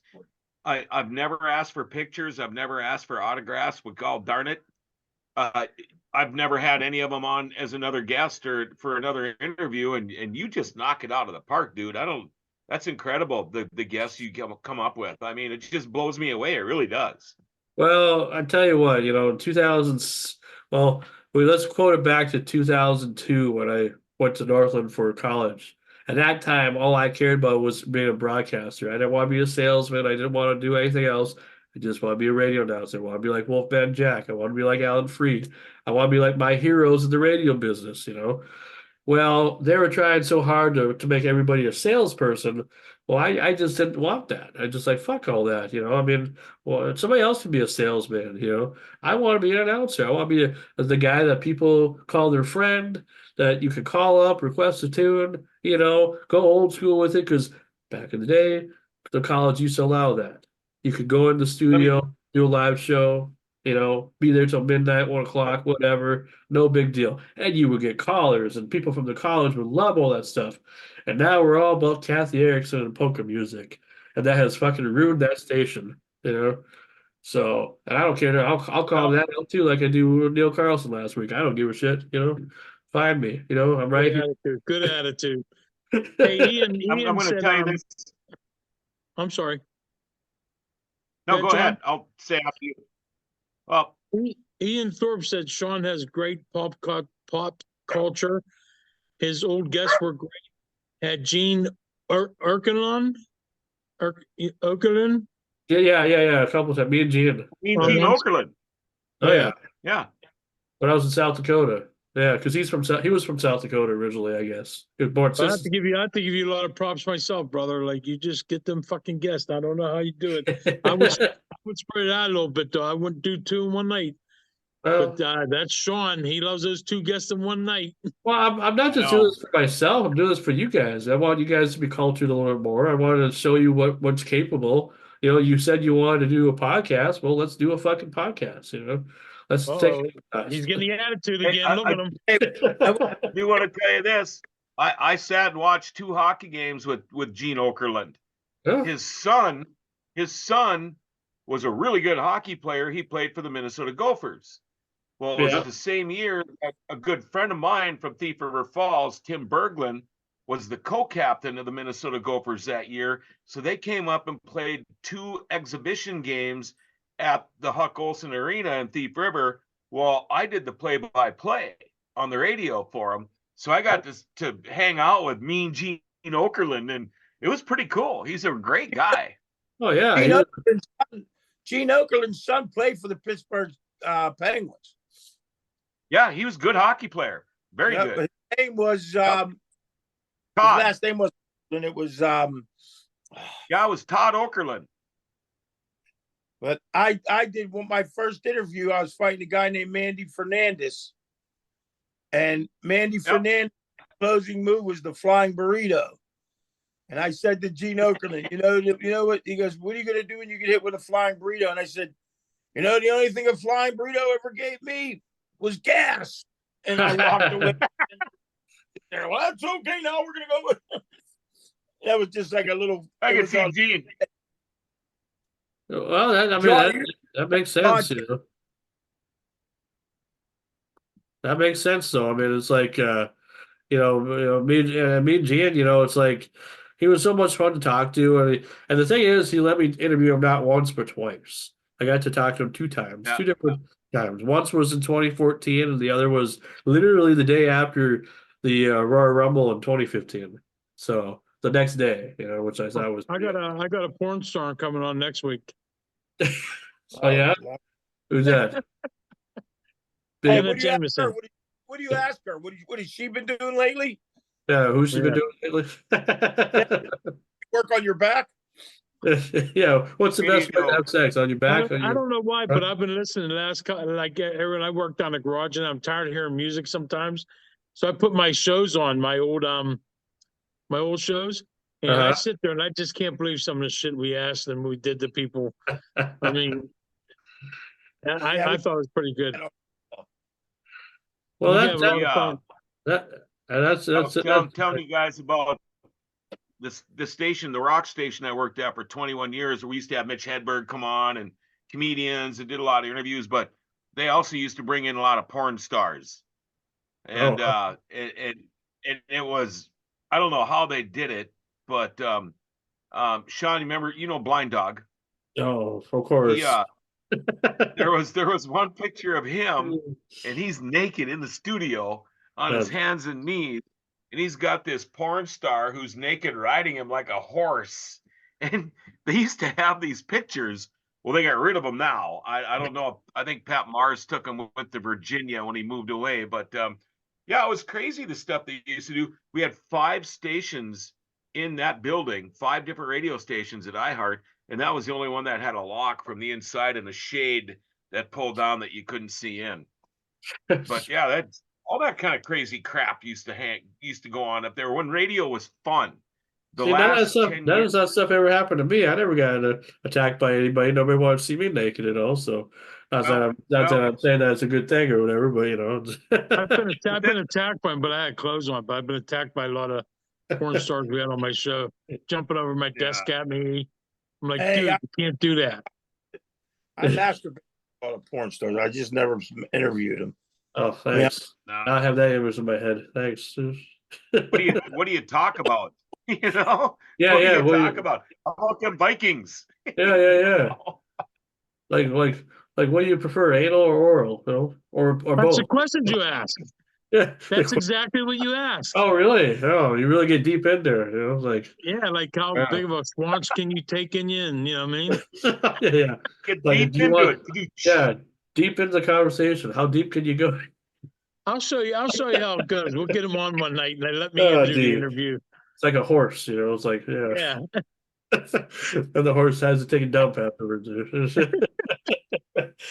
Yeah, I don't think we're ever going to have that there, Sam. I'm sorry to disappoint you. You could have a sister station of the Renegade Radio and call it Sam Kinnison Radio or whatever, and do porn stars again. You back me up? Sure, I'll be your co-host. It'll be Tony, is that the Bushwhackers behind you? Yes, I do. They're my boys. Oh yeah, we got Bush. Tony, is that one of your favorites, the Bushwhackers? I had a picture with Kerry Von. Jeez. I can't find a picture I had with Kerry Von Erich. I had a picture with him when he lost his leg, when he was in that real bad motorcycle accident. They called him the Texas Tornado. Yeah. Was he also the Red Rooster or somebody else or a different one? There's another guy. Yeah. Okay. Yeah, because he was going to get a big WWF contract. He was just about ready to sign for a title match, and he wrecked his motorcycle. So when he come back, McMahon sort of wanted to make fun of him. That's what they did. They called he was very cool at the time when they called him the Texas Tornado, and his finishing move was a spin because they were afraid his leg was going to fall off in the middle of a match. Then he would have a leg to stand on. What the hell is he going to fucking? Mr. IHOP, yeah. So I want to see that Iron Cloud movie when it comes out on digital. It should be coming out pretty soon, hopefully, because Steve Faber didn't get that movie at all, but Grand Forks did. But I didn't go to I haven't gone to the River Cinema yet this year yet, but I plan to here eventually. Ghostbusters Frozen Empire will be coming out in 2 months, so we might have a person coming in our show here that was in a couple of the Ghostbuster films. I'm planning that here soon, so just to let you guys know. What were you gonna say, Sam? Yeah, well, first of all, that Ian said Kevin Von Erich has his 2 kids in the AEW now. Yep. Oh yeah. Yeah. Yep. Yep. I was they're gonna say, awesome. did you see my new project now, Sean? Yeah, you stole my car. Yeah, that's my grandson's project. Okay. Well, He's excited because you gonna give him that car when he's old enough to drive, or what? What car is that, John? I bought a Volkswagen for Jace. Oh, you did. How come? A It's Beetle? all over Facebook. I A never bug? saw it. It's on TikTok, Facebook. Yeah, Yeah, well, I bought it because I wanted to work something with Jace, have him help me out. And he was excited when Nicole showed him the pictures. He said, "It looks like that old car Pappy has. He likes my old car." So we're going to do something up together. I start ripping it all apart. The old yeah. 37. It's a what? No, it's a 77 Volkswagen, but Jay said it looks like my 37 Chevy. I mean, what you ain't good. You gonna tear the motor and all that down? It's already getting ripped apart. Is it running? Not yet, no. Was it running? No, I bought it not running, needs work, everything. You're better off doing it. Volkswagen motor is the simplest thing to work on. Did it cost a lot to buy, or did you get it from a junkyard or something? I got that car, and I tell you what, it's not in bad shape. $800. Oh wow. Okay. Wow. Yeah, I'm not going to have any money time because I got all this stuff for it. My neighbor has a bunch of Volkswagen parts, and he's into Volkswagen, so I'm going to be very, very low. And I get this car done, Jace could ride around my yard in it. You know what I mean? You going to keep the color the same? No, I don't know. I don't know about the colors yet. I'd leave it color. I'd clear it patina, man. Leave it the way it looks. That's what I'm saying about that. Make it look rough. That's what I'm going to do. And put that Herbie the Love Bug stickers on it. Make it a Herbie. Or put a vacuum Anyway, on it, make it a Kirby. I don't know. I'm just yeah. Anyway. Sean, let's see. Sean Edwards Slauson, are stars free? Are stars free? You see my newest I don't know. I've never nobody's ever given me one before. I always tell them the link and everything, but nobody's ever. Maybe I should do that real quick, just because it's on my page, and that's seems to be the hardest thing to do, because that's how these people make money. They do it through the STAR program, and I qualified, I guess, a long time ago. Yeah, but that's Brandon. Brandon Rosell. I'll put the link right here, and you guys can do whatever you want, however you want to do it. Hey, you see my Calvary short I just scored? That's right. Hold on, I'll put it better. Nice. Smaller link here. That's a Calvary dress short. From You can't see it. You can't see it with that background. Yeah, probably can't. They're crazy, dude. Hey Sam, what are you on Facebook? Yeah, I'm on Facebook. Why I answer all the questions and stuff. Yeah, what are you under? What's? Oh, it's not under my name. Screaming Sam. No, yeah, I have Screaming Sam. I have John Lutz. I have Sam Lutz, John Lutz, and I got all kind of Screaming Sam pages.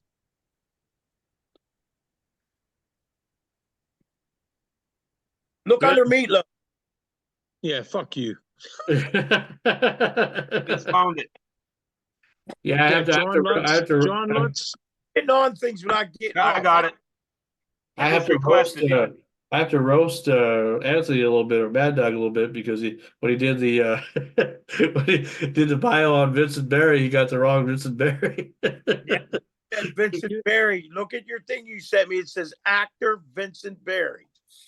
Okay, but I said author. I'm pretty sure I wrote author. Author, and I can't read. That's probably what it is. You're dyslexic. That's okay. We don't discriminate. I mean, I was born with a cleft palate, and people think I have a cold every time they talk to me. So, especially when I'm on the phone, it's like, are you cold? It's like, of course I do, all the time, 24/7, always sick. I'll tell you what, we got some good people on here, like watching the show and stuff. You know what I mean? Yeah, might as well call them out. Say, hey, Another guest coming on. Don't get off. Type that Yeah. in there. get off before you can get on. Get on the plane. No, I'm gonna get in the plane. All right. Silent joke there. Well, Vincent should be on here pretty soon. I sent him the link to his email, so it should I have. think we're gonna caps. This is my second day cap. There we go. Yeah. You collect Good. caps too there? Looks like you do knives there or what? Because I know people that have a cap collection. How about if I wear this one? This one's a good one. Pink cowboy hat. There you go. Yay, motherfucker.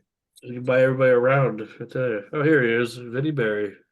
All right, guys and gals, our guest has arrived. Think I should wear my dog collar? You can wear. I wish Eric would come back on, but he thinks we don't want him on here. I think. You can pierce your nipples for over here. I think I accidentally threw him off when I was trying to get, like when people get to be on the show, I remove them manually, so I hit the wrong person. So that was my mistake.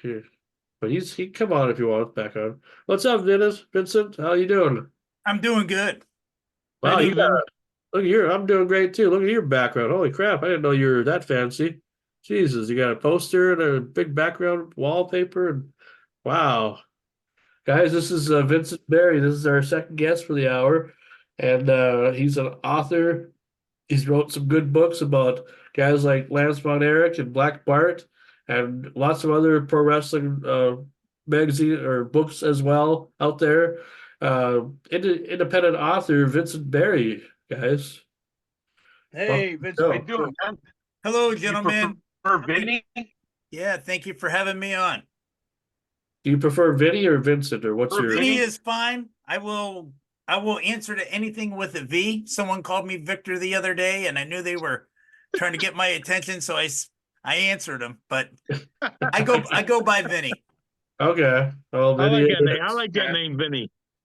Well, Vinny, this is our crew. We normally have more people, but some didn't make it, and then I accidentally kicked one of them out on accident. It wasn't on purpose. It was we had Don Stroud on, and I was trying to remove people manually, and I accidentally removed the wrong person, and it just like should have. Well, how did that go with Don? Oh, that was great. I think everybody liked him. I think we hit another one in the park. I think because that guy's a legendary actor. He's been in the business for a long time.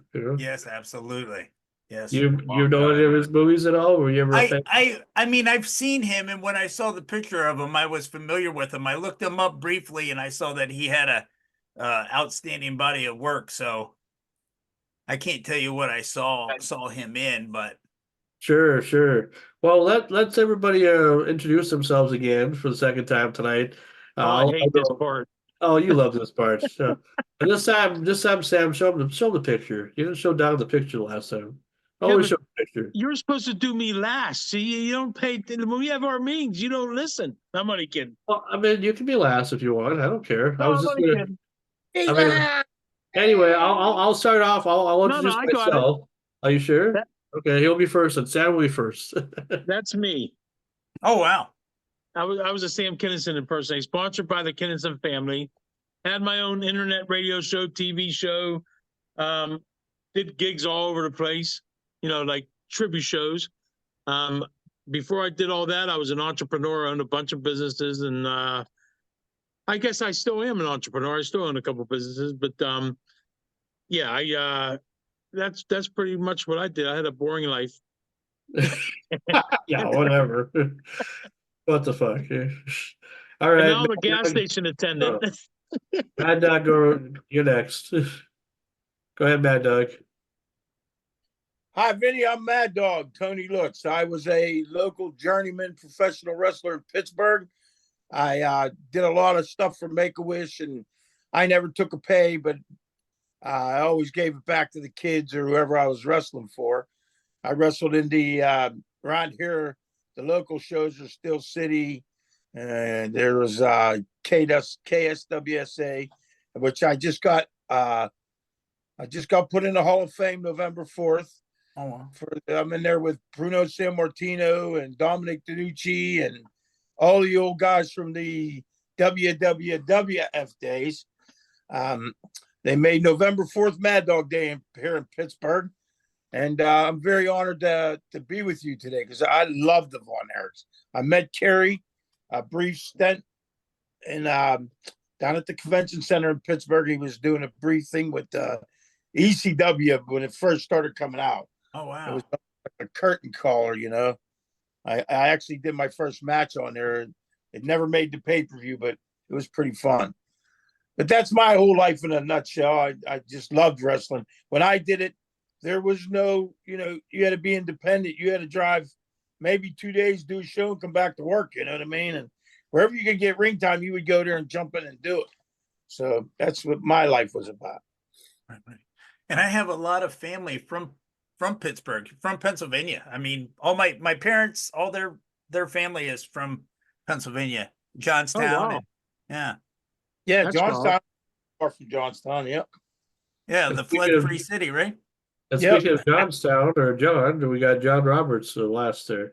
Go ahead and introduce yourself. Hi.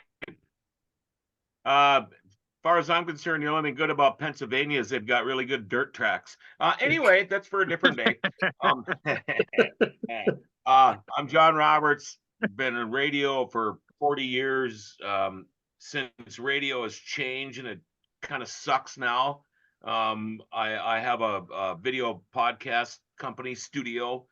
We do a whole bunch of different things. I still do a little bit of radio as far as hockey play-by-play. I work with 3 different high school teams here. We're in the hockey world up here where we live, Sean and I in this area. I'm a racetrack announcer. I work at various different dirt tracks around the area. I'm the home announcer in our hometown here, River City Speedway. Got hooked up with these guys, and here we go. And it's awesome to meet you, Vinny. Yeah, nice to meet you guys. You go I like taking long walks in the park. Yeah, from the old AWA days. Back in the early 80s, it was so funny because the AWA guys would come up to our hometown and wrestle in the auditorium, and I had their home phone numbers, and I was doing morning radio shows, and I'd call these guys up and they'd talk to me just like we're talking now. And then when you go live with them, they'd get it's a radio man, and I mean, and we go out and party afterwards. Man, if you want to write some more books, I can tell you some pretty good stories about some of the crap that happened back then. It was a lot of fun. So, but anyway, really nice to meet you. Good introduction. Good introduction. And of course, I'm Frankie Slauson. I'm the co-host, host, founder, guy behind everything. But I invite all these guys, and there's a girl too that's normally here, but she's not here tonight. I invite all these guys on the show because they all have backgrounds in entertainment, and I figure let's put our worlds together and see what happens. And so far, a lot of magic has happened because A lot of people love our shows, man. absolutely, people love it. It's working, which is crazy because it's like not too many times has an idea I've had worked. I've had a lot more failures than I've had successes, but this is a success. This is something that I've always wanted to do, a weekly podcast. And honestly, I think it's the only one in northern Minnesota, as far other than what John does in Grand Forks, that actually does entertainment related stuff. I like to consider ourselves like the alternative podcast, kind of like, or your alternative talk show. I love it. So yeah, and we love having people like you on, Vinny, because everybody has a story. I don't just let anybody just pop on because nothing against average people, and I'm far from being average or whatever. I'm a very average person, but I like to think that it's fun to talk to anybody, but it's really fun to talk to people who you've seen on TV or you've read their books or you've seen their comedy, you listen to their music. The people in the entertainment industry have always, gotten me, on cloud nine almost, because it's like they get to do something cool and be a part of the entertainment world. That I don't care if you're a major star, in the world, making billions of dollars every year because every movie you do is a blockbuster, or you're an independent author doing your own thing. Everybody who's done something, and not trying to say that's the lowest thing because you're an author, you're writing books, you're putting stuff out there, you're taking the time out of your day to research and do all these things, to make something happen, and now you have stuff published. So it's like you are even more of an important factor than the people that are the big blockbusters because people will care more about people like you than they will about people that don't even know most of us exist. So, welcome to the show, Vinny. Thank you. Wow. I don't know what to say. You don't have to. The show's over. Yeah, we're I mean, done Take I a need a bow. Kleenex and We need Kleenex too, but that was from earlier's conversation. But anyway, we won't go on to that one. So got on anyway. So welcome to the show. So let's tell our audience kind of what you've been up to and kind of how you got the whole writing bug. yeah, absolutely. Well, I guess the two things that have been consistent in my life since I can remember is writing and combative sports, and so I've always liked the writing. That was my favorite thing to do. And I did some boxing when I was in high school, or not in high school, I guess. Well, yeah, I guess I started after high school, but in my late teens, and did some boxing, amateur boxing only. And I went to I just started writing, like, I guess, what was it? In about 2011, I moved down here to South Texas, and I got involved with these guys that were doing MMA and writing boxing, like going to MMA and covering MMA and boxing events. The events were really strong down here when I moved down here. There was events like all the time. I mean, like either it was MMA or it was boxing. It was MMA. And I ended up doing that with them. Before you know it, I was somebody else had me writing for them, and then an MMA company brought me in to solely write for him and help his sister, like, in do the marketing and drum up sales. And somewhere along the line, he made me the matchmaker. Yeah. Wow. Well, here, and I won't go into a lot of that, but he would call me, like, 2 days before the fight, and he'd be like, "Hey man, I don't know what we're gonna do. We lost our challenger for the title on Friday, and I don't know what to do, blah blah blah." And I'd be like, "Dude, why don't you call so and so in Corpus Christi?" He goes, "Well, who's that guy? He's number 4 in the state in that division, man." Wow. And because I knew it and I was writing about these people, he ended up replacing me with his matchmaker. And so I did that. But when the scene dried up down here, couple businesses just stopped running shows, some folded up, and whatnot, whatever their issues were. And I wasn't writing for a while, and I had always liked pro wrestling. And I just told my wife, I said, you know what? I'm going to start my own website. I'm going to write about pro wrestling. I started writing these little short stories. I had some friends on Facebook that were Tim Storm, Vordale Walker, some guys, like independent guys down here in the South, right? And before you know it, I'm interviewing guys like Bushwhacker Luke and Ricky Morton, and putting them on my face or on my website and stuff, and so when I was doing that, that was when I ran into Lance Von Erich. Are you guys familiar with James Beard, the referee? No. I'm not too familiar Well, with it. he's okay. If I saw a picture of him, I probably would know. Okay, he's from World Class and GWF, right? The Global Wrestling Federation. He did that. he did a lot of stuff in Japan.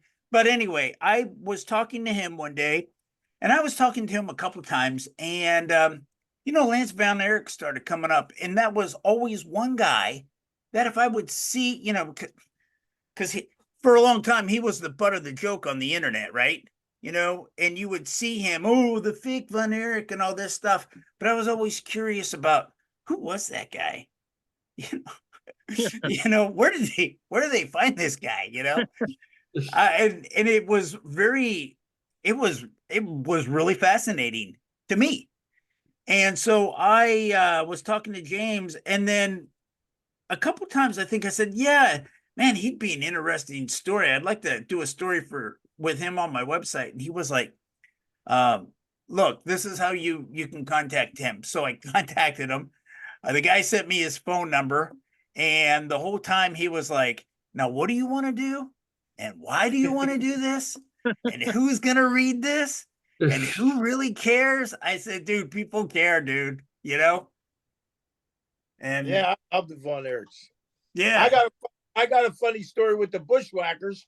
Okay. My first match was in 1984 or 5. Johnny, you remember this? The Bushwhackers was there, and they took my mother and they made her march around the ring with me and him, and they were licking her and kissing her, and it was an absolute. And my mom's this short, miserable Italian lady swearing and cussing at them. They're dragging. She can't walk right. It was just funny as hell. They're like, "Which one's your mom?" Like that lady over there. That was the worst thing I could have did to them. Dude, they were licking her. My mom's like, "What? These guys are licking me." But that was it. I got to get in the ring with them in '85, I think it was. Hey, Vinny, see, Tony Anthony, their Mad Dog, and I are brothers. So that's why he keeps, yeah. He was my manager, Freeman Sam. Yeah, I was his manager in the wrestling business. A picture of us two together. It was pretty cool. I hate to take the Bushwhackers off, but I will. Here was me and my brother today. Oh, yeah. You see it? Yeah, yeah. There you go. That was my man. You need a manager. Yeah, you can write a book about Tony and Sam and their time together, because I'm sure that's a story that needs to be told a lot more to a bigger audience, because we get some people that like our show, but it's not nearly like in the thousands or hundreds of thousands. But I tell you what, if you ever did something like that, they would definitely have a story to tell you of how being brothers and how they grew up together. And I did an interview with Mad Dog at just with his brother Sam as a moderator, and we kind of just it was good. It was a lot of information that I didn't know, and if you ever need another story, man, I tell you, it's right out here in the open. These guys will tell you. These guys will tell you everything. Guys like us had it rough, man, because we got $20 friggin' dollars, and you were on your way. Yeah. What's that? You got in your hand? So this is Is that your book? Yes, this is Lance by Chance, Wrestling as a Von Erich. Awesome. And it really tells Amazon. You can get it on Amazon, yes. I will get it tomorrow. You can get it on Amazon, or you can get it at Russellville.com. That's my website. Go to your website. Are you going to autograph it when you send it to me? Yeah, absolutely. Because I don't want to let you autograph it. I absolutely. Hey, I got Bruno Sammartino's autograph. I got Beppo and Guido Mongo's autograph. I got Jumping Johnny the Face as a. I mean, you can have Lance Von Erich's too. Well, Beppo Mongo trained me.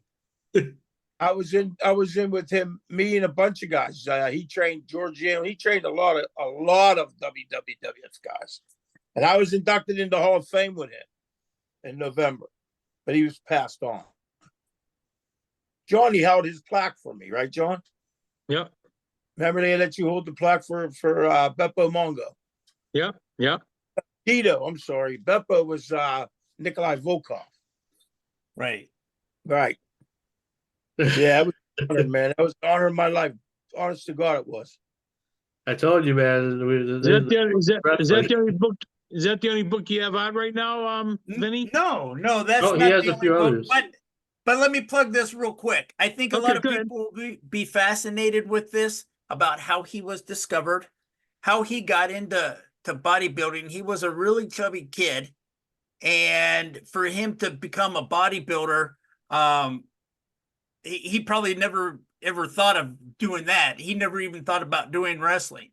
But here's this guy who wrestled with one of the most famous wrestling families in the state of Texas, and if not, if not the United States. And it talks about how he went to Portland, how he got trained, how he came back to Texas, and a lot happened.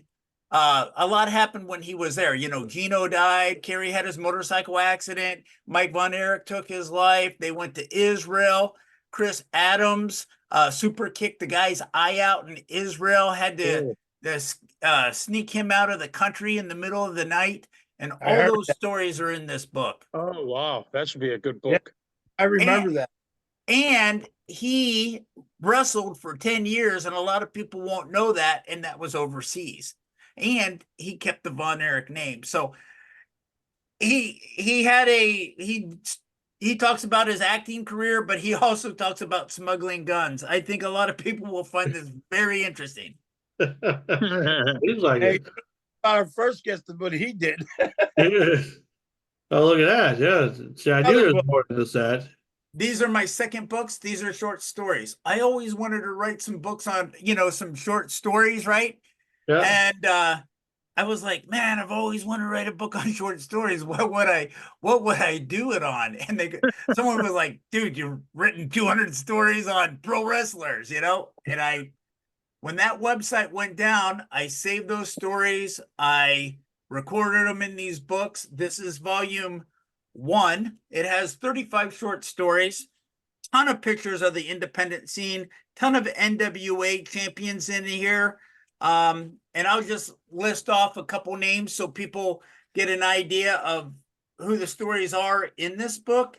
Chaz Taylor, Damian Wayne, Tim Storm, Greg Anthony, Barrett Brown, Tracy Smothers, James Beard, Bobby Fulton, Ricky Morton, Chase Owens, Harley Race.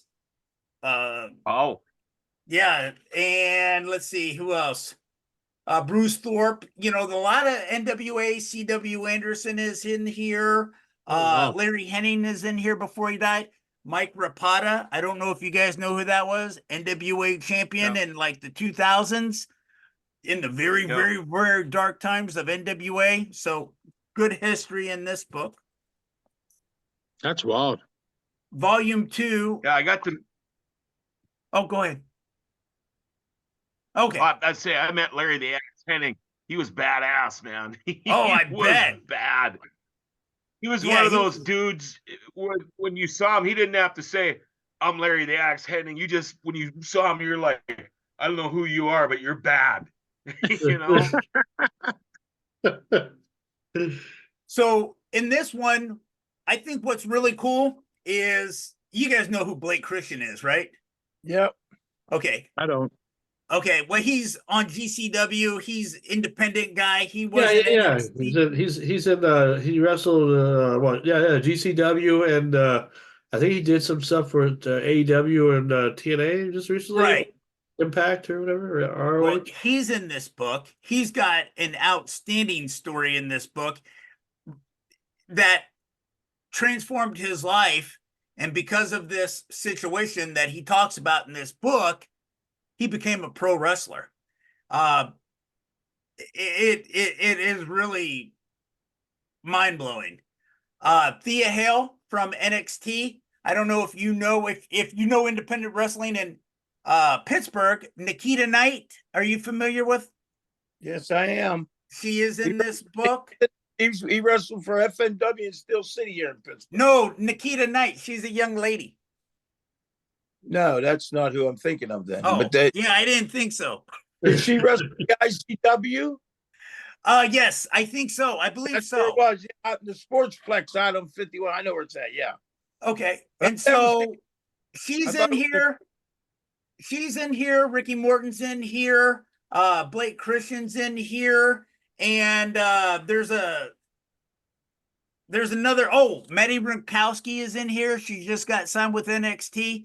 So I think it's pretty cool that there's up and comers that people are now on the big stage in this book. But you also got Kamala. I interviewed him before he passed away. Thunder Rosa's in here. Scott Casey's in here. Wow. You know, there's just so many people in this book that, you know, it touches a lot of people on the up and coming scene, and a lot of it's got a Kobe Carino's in here, so you know Bobby Eaton's in here, Lalani Kai, Hey, Bobby Eaton. Oh, Oh, Sal yeah. Renaro. Late great Bobby Eaton, yeah. I'll tell you, Vinny, you're into WCW that, Saturday man. Night guy. You're a hustler, dude. I apologize for that mess up with the girl. Yeah, you know what? I just reach out to these people sometimes, you know. I mean, I've gotten more no's than I've gotten yeses, but you know I what? hear you. But I asked, right? And Give you a lot of credit. I would have Yeah, never when they in a see the million book, years would have thought that I would have talked to Harley Race. Never. Great. Matter of fact, he was one of the first interviews when I started my website, and I told my wife, I said, "Man, I just caught the biggest fish in the ocean. I could shut the website down. It hadn't even started." Hey, Well, the first interview I ever did was with Greg the Hammer Valentine back in 2006, and that was Oh, in wow. person, and that started my You career kind of back? interview. how about my first match? Oh, go ahead. Oh, well, this Bart. is the latest. It just came out. Black Bart. oh wow. We ask you, is this tag team partner Blackjack Mulligan? No, his tag team partner was Ron Bass. Ron Bass, okay. Oh. I kind of feel like it was one of the two. Blackjack Mulligan too. I really did. So, you know what? I read this book. I read this book yesterday and today. It's 336 pages. I read it, and you know what? It's a damn good read, dude. I can't believe how good the story is, and I can't believe that I wrote it. That's awesome. See, Yeah, that's why we want you on, you know. I mean, That's Hey, awesome, dude. Are You know- are any of you guys into the dark side of the ring? I've Yeah. seen Yeah. some of them. sometimes. I got tired. I mean- you know, they kind of got tired. It did. You know, Well, they sensationalize it a lot like wrestling itself, I think. Yeah, a lot of that stuff happened, but maybe not quite exactly like you're saying. You know, they stretch it a little bit out for reality television, but They must have Neil Carlson do the. They must have had Neil Carlson doing the interviewing and stuff. Huh? yeah, I knew.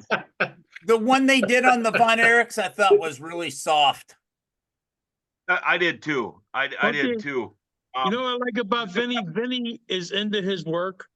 You love what you do. You're proud of your work, which is very hard to find because a lot of people, you know what I mean? I really like your style, Vinny. You're like Sean, man. And Sean, like he goes after what he wants and he gets it. You do the same thing. I wish I would have done that. I get Hey, him, but I Vinny, don't do nothing for me. Vinny, can I tell you about Well, one you're match? part of our show. I remember my first interview was lovely Lacey. No, I'm only kidding. That's a porn star. But anyway, yeah. Hey, can I tell you about the match I did with Snuka? I was in the locker with him, and you want to talk about sitting next to a guard. When I was a kid, he was the first guy that ever came off the ropes. He was God. And I got my little son with me. He took my son, he put him under his arm, and he's smoking a cigarette, drinking a beer. And I was like, the promoter wanted me to go over on him, and I'm a greenhorn. I'm like, everybody out in that crowd wants to see him come off the ropes and kill me. There ain't no way. I'm not going over on him. That's embarrassing, you know? And he's like, you better never wrestle again. I said, then I will never wrestle again. I said, that's all I want you to do. Come off. I don't even care if you miss it and you kill me. I just want you to come off and nail me with it. Best thing in my life. Watching your childhood, he was a god to me. Coming off the ropes, you come on. What about that dive he did on Morocco off the top of the cage? Off the cage. Yeah. That was amazing. That's why we all got bad knees, friend. Because you got to hit knees and elbows or hands first, you know. No, No, me, my wife made me get on my knees a lot, and that was boy, they hurt now. Probably had a gag ball in your mouth. you Wrong goose. platform there, Sam. Wrong show. Yeah, that's right. That's right. But You get all your books, but if you see Tony Mad Dog on your thing, just autograph them for me, please. Okay, I will. Okay. This is so funny because we've talked about my old days back in the AWA when I'm just a Minnesota kid, and the AWA, of course, was based out of Minnesota. But going back to our old armory days and city hall days, but I got chased by Bobby the Brain Heenan when I was a kid. I got told to fuck off, kid, by Jesse the Body Ventura, who was with Adrian Adonis. And then a few years later, I get to know these guys, and I'm interviewing them on the phone for the radio, and then I got to party with them. But it's just funny how that all came around, and now you write about this stuff, and this is crap I should have done a long time ago when I was hanging with these guys, and you don't even think about it. You think it was like when our first guest, it's just part of the deal. It's just a day in your life, and you don't think about it till 20, 30 years later when you go, wow, we're talking about it now. And I used to party with those guys. It's kind of cool. That's what I really like about this Renegade Radio, Sean. Oh, I'm glad you do. I'm glad you do. Because and on my podcast, on my website now, I do strictly podcasts. So I talk to wrestlers for about 30 minutes, up and comers, people who are hot on the scene, some people who are retired, but their stories are amazing. Sometimes I can't believe some of the stuff these people share with me, and I don't do reviews on shows. We just talk about how they got in the business, or they talk about themselves, or whatever, right? But it's an intimate conversation. And that's what it is. It's a conversation. And I think everybody has a story, and a lot of people talk about the business, right? They talk about pro wrestling, and so if you guys get a chance, please check out my podcast as well. And there's about 170 on there, and okay. You'd be surprised I'm surprised some of the people who's on there. One of our listeners wrote, one of our watchers would like to see Vinny write books on road stories from the guys that were in the WCW, WWF, and ECW. Oh, wow. He's saying he'd like to see you write some books behind, on his stories on, being on the road with that stuff. Right. But if you think about it, you do write the books like that. I mean, yeah. You do have them. Well, I always thought that wrestlers always told the best stories anyway. That's why when I did the stuff with Greg Valentine, that was just because they came to town. I work at the casino right now, but I worked at the same casino many years ago, and they came and did a pro wrestling house show or whatever, outdoor event for the summertime. And I asked Greg if we could do an interview, and I was nervous as hell because I never did this stuff before. I learned how to do it from a fellow broadcaster named Glenn Broggett, who's from Minnesota, and he taught me everything I knew, and then eventually I learned more on my own. But wrestlers are some of the best people to have to talk to because they have the best stories. The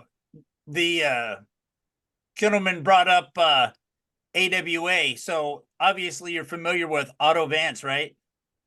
Yeah. Okay. So there's a story in this book, and I'll share a little tidbit.